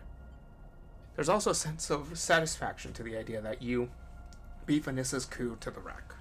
You found it. You cracked it open, and now you will be the one to reap the rewards. Focus on the job. The doors are open, enough for a person to glide through. Beyond, there is only the darkness of a cargo bay. You follow Eugen in, and the headlamps on your suit lighting his back in the dusty void beyond. You see the boxes appear as if by magic out of the dark. Yujin glides past them. Does he not see them? You stop and take a look at the loot. A stack of 4 sealed boxes in the middle of the bay, their armored exteriors caked in dust. You wipe it away and squint at the aging label. They look like industrial ship components, still sealed, totally untouched. And the belt, where most tech has been through thousands of hands, patched up and configured, this is a solid haul, but not the kind of haul that gets crews fighting over it. Something doesn't add up. They aren't here. Yujin's voice crackles from the cockpit. Where are you? Back wall of the bay. Come see. You kick off from the crates and glide through the dark until you see Yujin, the back wall of the cargo bay, and something that confuses you for a second. A black shape, a rugged circle around Yujin. You squint inside it. Tiny lights twinkle. You take a moment, but you slowly realize that you're looking through a wall.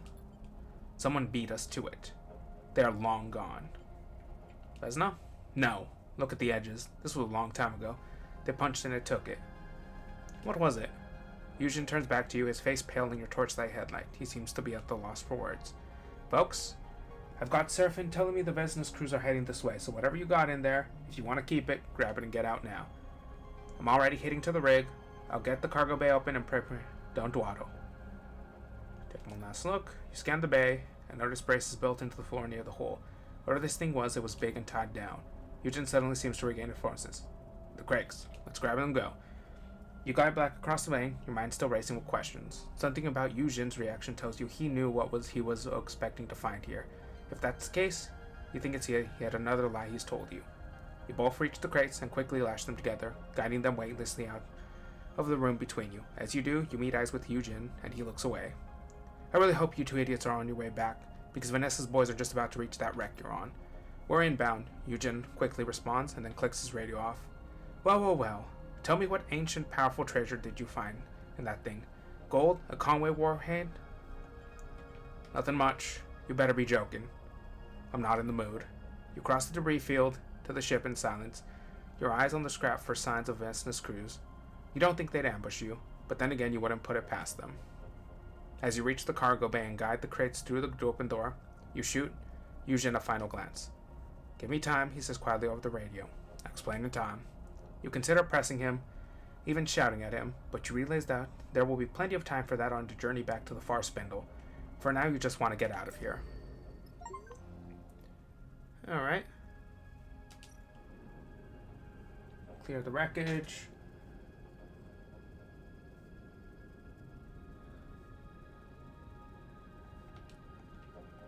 Okay, alright.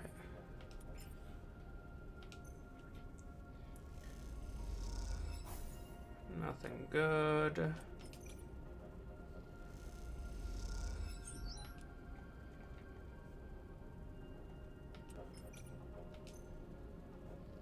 Let's see if we can get anything from here.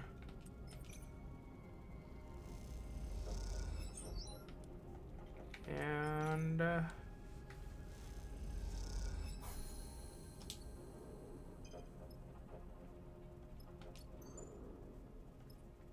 cycle.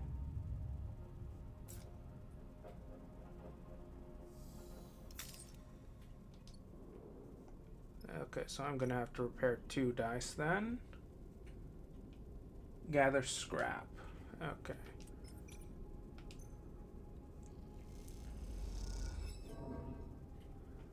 Plus stress.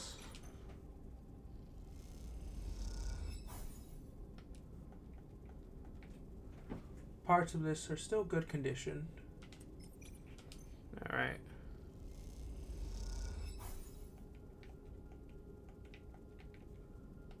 Okay, so we're gonna wanna see if we can get anything good.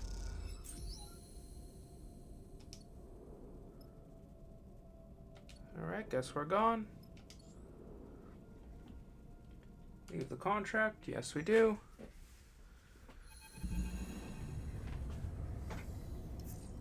Yujin spends the journey back to avoiding Seraphin as best he can. It might be that he's afraid, but you get the feeling that it's more likely that he's been making himself scarce out of a genuine sense of regret. Seraphim, however, doesn't see his behavior so favorably. Slimy shit won't even show his face. Seraphim complains loudly as he finalizes docking. Put us in space or cruise sites with no care for himself but himself. Agreed. Seraphim turns to reply, but as he does, you see his eyes jump to the door behind you. Yudarazo moves in behind you, and you turn to see Eugene in the cockpit's doorway, a rare serious expression on his face. I owe you all an explanation. His voice is low and steady. Believe it or not, this was not my plan. Yeah, your plan was to find the loot in that wreck and split with it, wasn't it, big man? Seraphim glares at Eugene. No. Eugene gives him a tired look. It wasn't. Hear him out, Seraphim. Bliss cuts in from the back of the cockpit. Vesna has been searching for a ship. Eugene looks over your head at the far spindle. An infamous ship. Seemed like she already had a ship. Seraphim interrupts. That was part of the problem. Not a rig. Eugene looks down towards himself. A faction drive ship. An interstellar ship. That seems to shut Seraphim up. And you don't blame him. An interstellar ship shear in the belt. That's tech from the core system. Why didn't you say? I shouldn't even be telling you now. Word gets out there's a factory fresh fraction ship somewhere in the belt. People kill for less. He shook his head. Gangs kill for much less. You're telling me that there's a fraction ship that no one has ever found that's been sitting here since when? Seraphim shakes his head. Since the collapse? Believe it or not, that's exactly it. Eugene looks at you. Vanessa put me on a trail she wanted me to find its location for repayment, an old debt. But the moment I found the data that verified its existence and confirmed the ship was out there, I couldn't give it to her. And that's when you found me.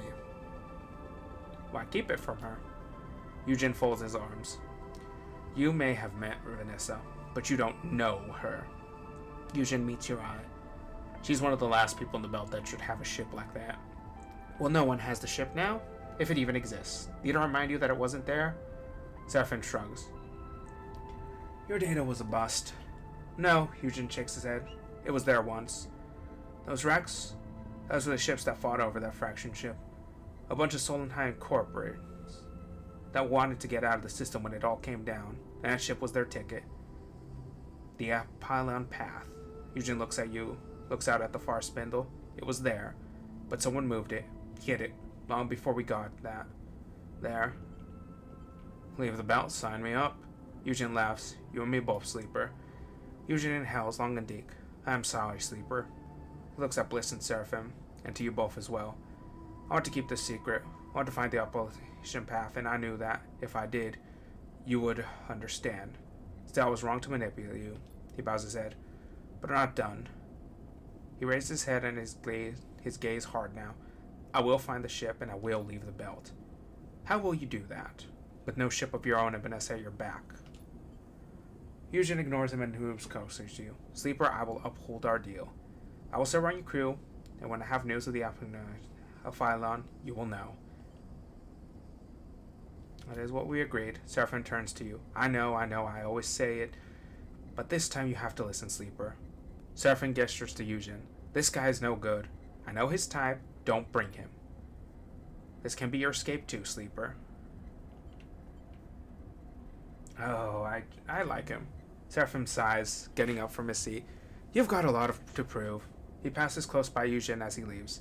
You better get on with it. Eugene meets his eye, but says nothing. Once Seraphim is gone, he looks to you and nods. Thank you. He turns and leaves too. Quite the ragtag group we have here. Bliss nudges past you. I know you understand what a second chance means for you, Sleeper. They smile, but I'm glad to see you understand that others need the same. They slip out before you can respond. You stare out of the cockpit at the lights of the far spindle. You hope Eugene understands his mistake, and you hope even harder that Vesna doesn't hold a grudge, even though you know for a fact she does. You sigh. The monks are going to need expanding at this rate. The freelancer. Something flickers in the back of your mind. You stop. You have to stop to blink it away. It is a tightness behind your left eye, an aching point that refuses to move. And then the voice begins, hissing through the background noise of the rig system, a new whine amongst the chorus of life support and ventilation. Sleeper. The hiss brings Lane's sharp features to mind. I suppose you thought you had slipped my net? Hexport jumps into your mind, an image of the station emulating a white light, though you were not conscious to witness it. You are distant. His voice hisses into white noise, but you are not free of me yet. I'm coming, sleeper. The hiss drops, and I will retake control of what is mine. The closer I come to you, the more you will feel it. Lane moves your finger to your forehead to tap your forehead. In here, until you cannot resist. A bright smile, pale eyes, a growing hiss that hurts. The hiss is gone. The rig is suddenly quiet. The stinging tightness diffuses behind your eyes, but the fear remains. Sleep, are you good? Saffron is there, floating in your berth. You were talking. Lane is coming. Saffron looks alarmed. You feel him, right? He looks away. We can use that. Stay ahead of him. He squeezes your shoulder. We can do this. We are fast and smart. We keep moving. We don't stay anywhere for long. And we find a way. Somehow. You nod. You don't know how Lane is able to reach into your mind like this. How he's able to speak into you. But you want so desperately for it to stop. You must find out what he has done to you before it's too late. You must stay ahead of Lane at all costs. Sleeper. Cadet drifts from the shadows outside of Bliss Bay, looking around nervously as she approaches. Seems like I'm going to need to call in for that favor. Her face is pale and deathly serious. Are you okay? He doesn't seem to hear you, distracted by the group of spacers gliding nosily down the passage behind her. She waits until they pass. Someone's hit strip line. No idea where Kamal is. A bunch of goons tearing the place apart as we speak. Even tried to grab me. But those muscles and heads are slow. Who would attack a courier? No idea. These were typical rent-a thugs. Could have been anyone with chits to burn. Remember that package I asked for your help with? The one that was bothering me? Remember you mentioning it? I reckon it's got something to do with it. The job was a bust. I'd express run all the way to the underhang. But when I got there, no one home. She's whispering now, leaning closer. Place was smashed up, like someone got there first. Should have done the package and run, but I brought it back like a good girl. Stashed it all in a safe spot in the strip line. Thought the senior might come to recover it, and when they didn't, well, I got curious and opened it. Stupid thing to do. Inside was a drive to crypt hell and back. When I ran into you, when I heard sleepers are good with data and tech, so I thought you might be able to take a look at it. Now strip line's trash too. Here's the thing. Back when I popped it open, I noticed the drive had a dispatch marker, Hexport. Could it be connected to Hexport getting atomized? Yeah, that's what I'm at too. The thing was sent out from there just before it got cooked. And with the kind of attention I've been getting these past cycles, she slips a hand terminal from her back, taps a couple of times, and holds it up to you. Tylen stares out at you from the screen, straight-faced and pale. Besides her picture you see in block capitals. Spindlejack, key day. In breach of far spindle codes B. Reward for information leading to capture of considered dangerous.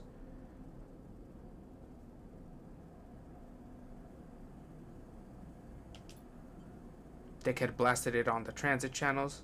Every Spindlejack hauler and freight carrier is gonna be watching for me now. Something's going on. Anyone who can help? She looks away. Spindlejacks don't make friends easily, and now all the couriers I do know are looking to turn me in for a payment. She snaps her head to side, eyes flashing with anger. What do you think I'm doing here? It's out for that favor. Sleeper, my connections are burned. Hell, my whole career is gone. I need to fight back. If I walk away, there's nothing I can help. I need your help. What can I do? I need you to get the drive. She takes a breath. If they want it that much, then I can use it to buy my way out of this shit show. And I tucked it away somewhere safe.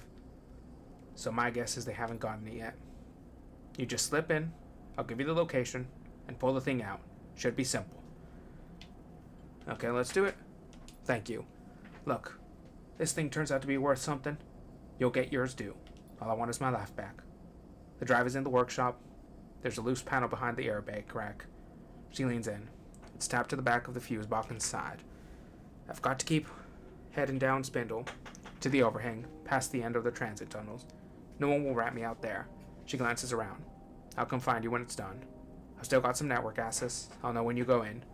She winks, offering no further explanation. My bag's locked up nearby. I'm gonna hop. She pauses. Do me this favor, then we are clear. Stay safe. Doing my best, sleeper. She gives you a mock salute.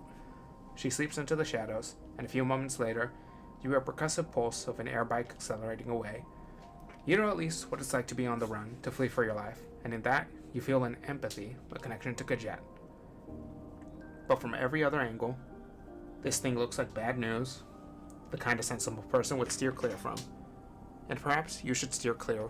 You should steer well clear, if it wasn't for one detail that had stuck to your mind. The drive is from Hexport. It's all enough to send you down to the strip line in search of the drive. Only time will tell. Okay, so we're going to go back on the rig. Lane is hunting you once again. He will be tracked by the hunt clock. If this is filled, he will catch up to you. It will increase once each single you spend in a hub. However, each time you travel, the hunt will reduce by 3. If you keep moving, you can stay one step ahead of Lane. Okay, so we gotta...